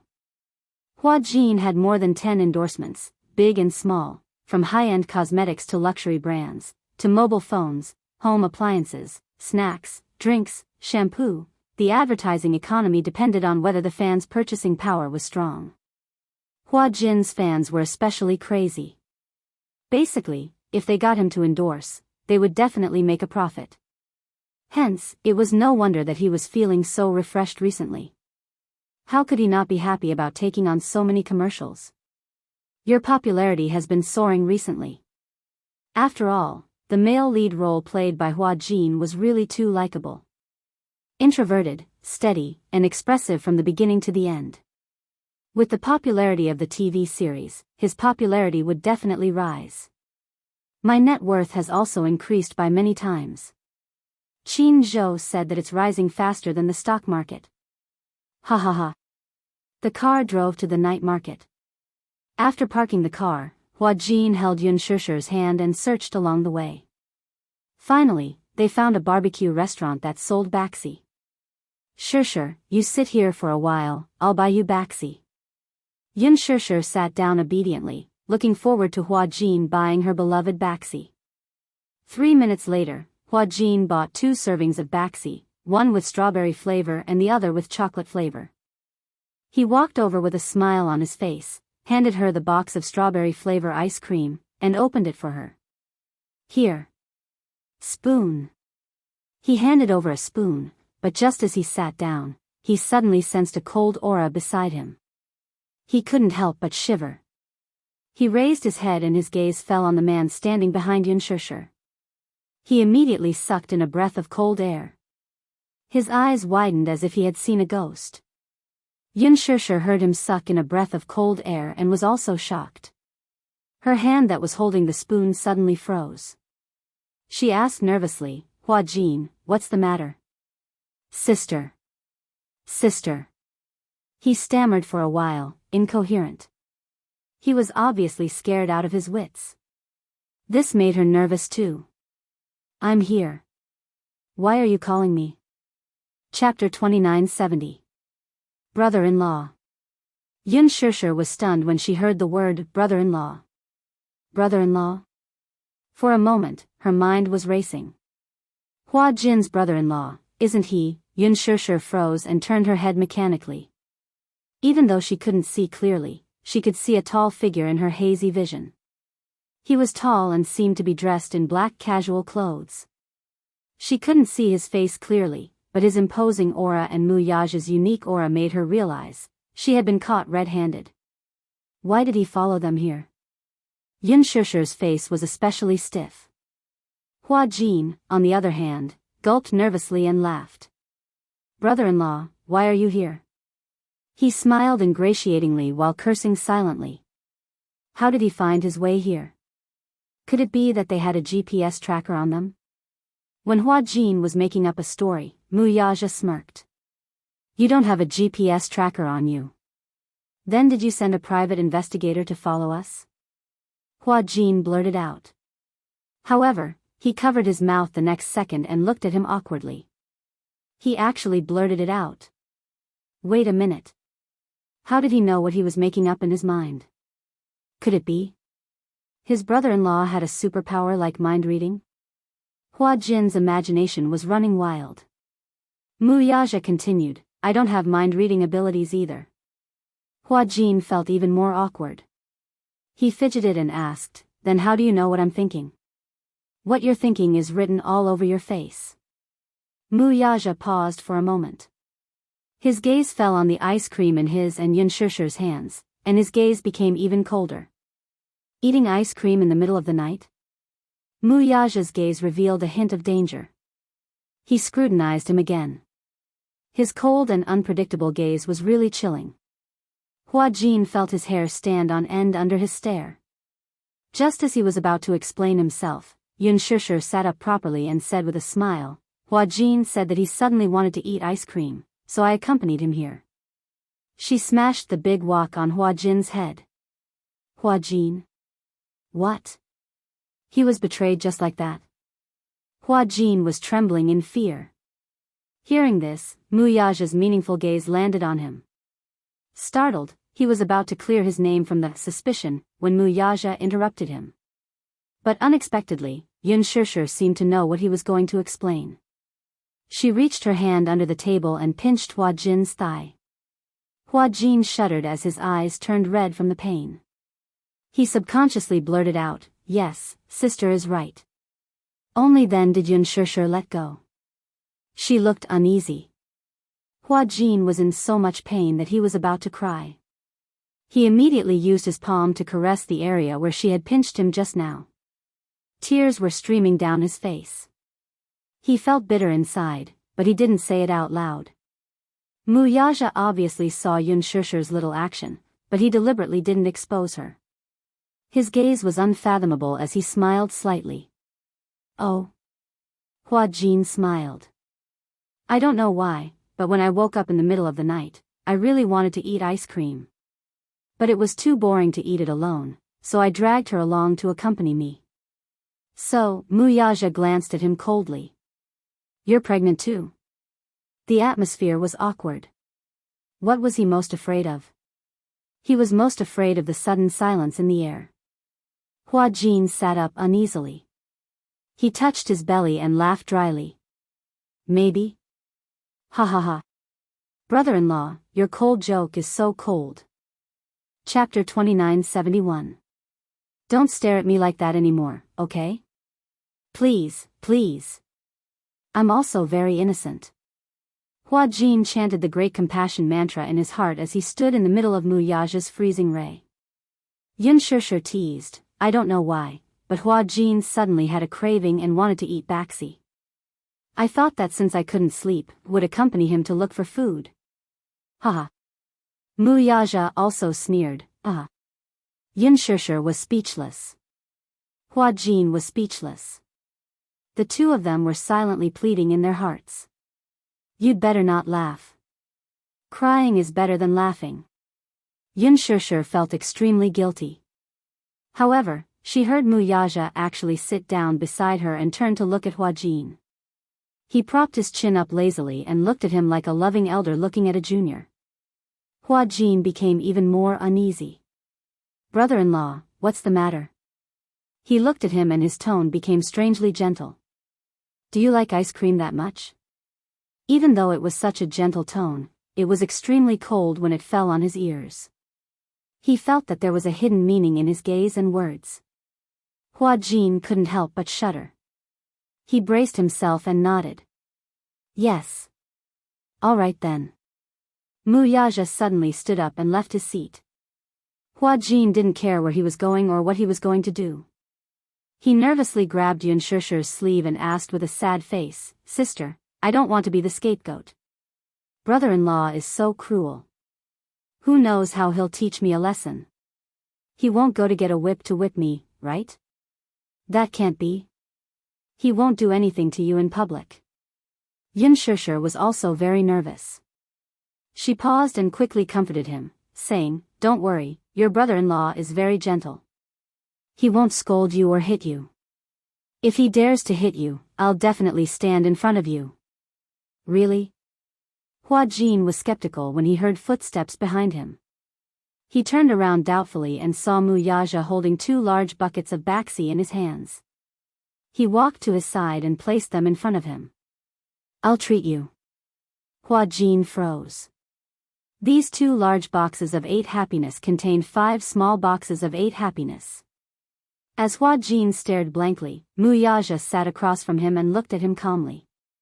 Let's eat. We'll buy more if it's not enough. It's my treat. Hua Jin showed a reluctant expression. That's not good, is it? Yun Shishir couldn't see, but she could hear Hua Jin's voice. It sounded like he was about to cry. Didn't you say you wanted to eat? Mu Yaja smiled deeply.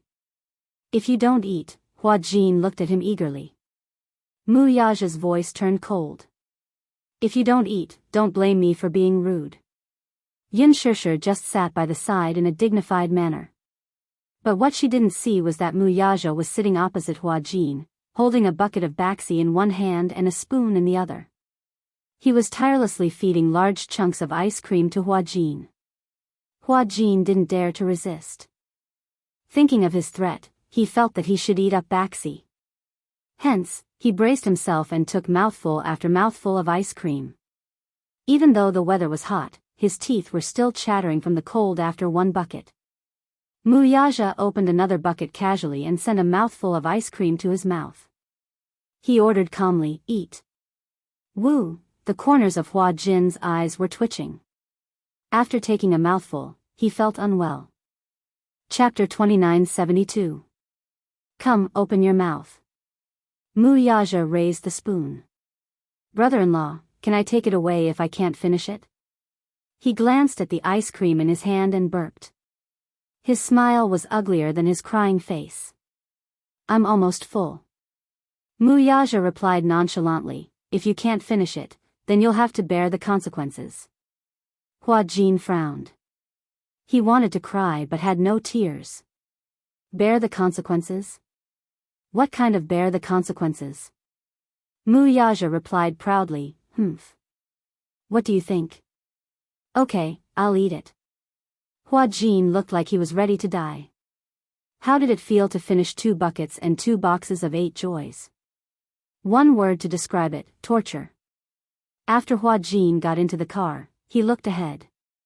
Mu Yazha had packed Yun Shishir into his personal car. He watched as he carefully buckled Yun Shishir's seatbelt, got into the driver's seat, started the car, and drove off. He couldn't take it anymore. He held his stomach and his face turned green. What the hell was this? This man was the #1 wife slave. This couple was really something. Instead of sleeping, they came to torment him in the middle of the night. In the end, why was he the one who got hurt? He was so innocent. In the car, Yun Shishir nervously clutched her seatbelt as she gulped in trepidation. Hubby, Mu Yazha raised his eyebrows. What did you do to Hua Jin just now? Yun Shishir asked worriedly. He sounded like he was in pain. How much ice cream did you feed him? Mu Yazha replied, all of it. Yun Shishir asked, how much was all of it? Mu Yazha replied, 2 buckets and 2 boxes. Yun Shishir shuddered. Just thinking about the feeling of eating so much ice cream didn't feel good, right? Suddenly, her obsession with ice cream was not as deep as before. She even felt a little nauseous. If she vomited, Mu Yazha's goal would be achieved. He asked, do you still want ice cream? Yun Shishir hurriedly shook her head. I don't want to anymore. == B. Mu Yazha suddenly reached out to hold her hand and intertwined his fingers with hers. Yun Shishir's heart warmed, and she held his hand. Perhaps it was because he had been holding the ice cream bucket for a long time, but his hands were slightly cold. He didn't say anything, but from this small detail, she immediately understood his unease and heartache. He was such an introverted man who kept everything in his heart. Perhaps he cared too much about it. If you care too much, you will always be afraid of losing it. Therefore, his caution was only to better protect her. I'll be good in the future, Yun Shishir said in a low voice. Yes, good girl. But, Yun Shishir changed the topic. You fed him so much ice cream. Will anything happen to him? Mu Yazha was speechless. Yun Shishir said anxiously, he'll definitely have diarrhea, right? In the bathroom. When Hua Jin walked out, he was about to collapse. He dragged his long, numb legs out and supported himself against the wall. When he walked into the living room, the sky was already bright. In the living room, Mu Yazha walked out of the dining room and poured a cup of warm water for him. Drink it. Hua Jin took the water and leaned against the wall, looking resentful. I think I'm about to collapse. Mu Yazha raised his eyebrows. Diarrhea? Yes, a little. Mu Yazha returned to the room and took out a box of stomach medicine for him. Eat this. Chapter 2973. After this experience, Yun Shishir became more well-behaved. At least, she had learned her lesson. However, the days of nurturing the fetus were still boring. Yu found some radio dramas, musicals, and even crosstalk for her to pass the time. Life was peaceful and comfortable. Chief, did you know? The Mu group recently released news of their wedding. Mu Yanqing is getting married to Song Enya soon. In the office, Lu Jinyu walked to Mu Yazha's desk and handed him a red announcement. He had gotten it from a media friend. It was said that Mu Yanqing and Song Enya's wedding would be held at 100 banquets. Furthermore, they had also invited celebrities from all walks of life and more than 100 media outlets. It seemed that they were determined to make this wedding a grand and dignified one. Mu Yazha took the invitation and glanced at it expressionlessly. On the invitation was Song Enya and Mu Yanqing's wedding photo. The time and location were also written. He took a closer look. Although it was called a wedding photo, it was more accurate to say that this was not a traditional wedding photo. Song Enya was wearing a wedding dress and holding Mu Yanqing's arm. Mu Yanqing was wearing a suit. The two of them stood in front of a white background and posed for a photo. Oh. Lu Jinyu smiled. Chief, are you going? Mu Yazha glanced at him. Why should I go? To watch the show. It's boring. How can it be boring? The Mu group and the Song family have been advocating that this wedding must be grand and dignified. At the very least, we should go and see how grand the Mu family can be so that Chief can refer to it. You and sister-in-law haven't held a wedding yet, right? We can't let our pomp and circumstance fall short. Wuxia smiled playfully. Pomp and circumstance? A wedding isn't just about pomp and circumstance. More importantly, it has to be memorable. They had to be sincere. Jianghu sat at the side and snorted. The reason why the Mu group is spending so much money this time is because they want to use this wedding to revitalize the Mu group's reputation. Just like a destitute aristocrat who is so poor that he has to empty his family's fortune, he has to resort to all means to pretend to be a noble. Lu Jinyu snapped his fingers and said, to put it simply, it's just posturing. Jianghu said, bingo. Wuxia frowned.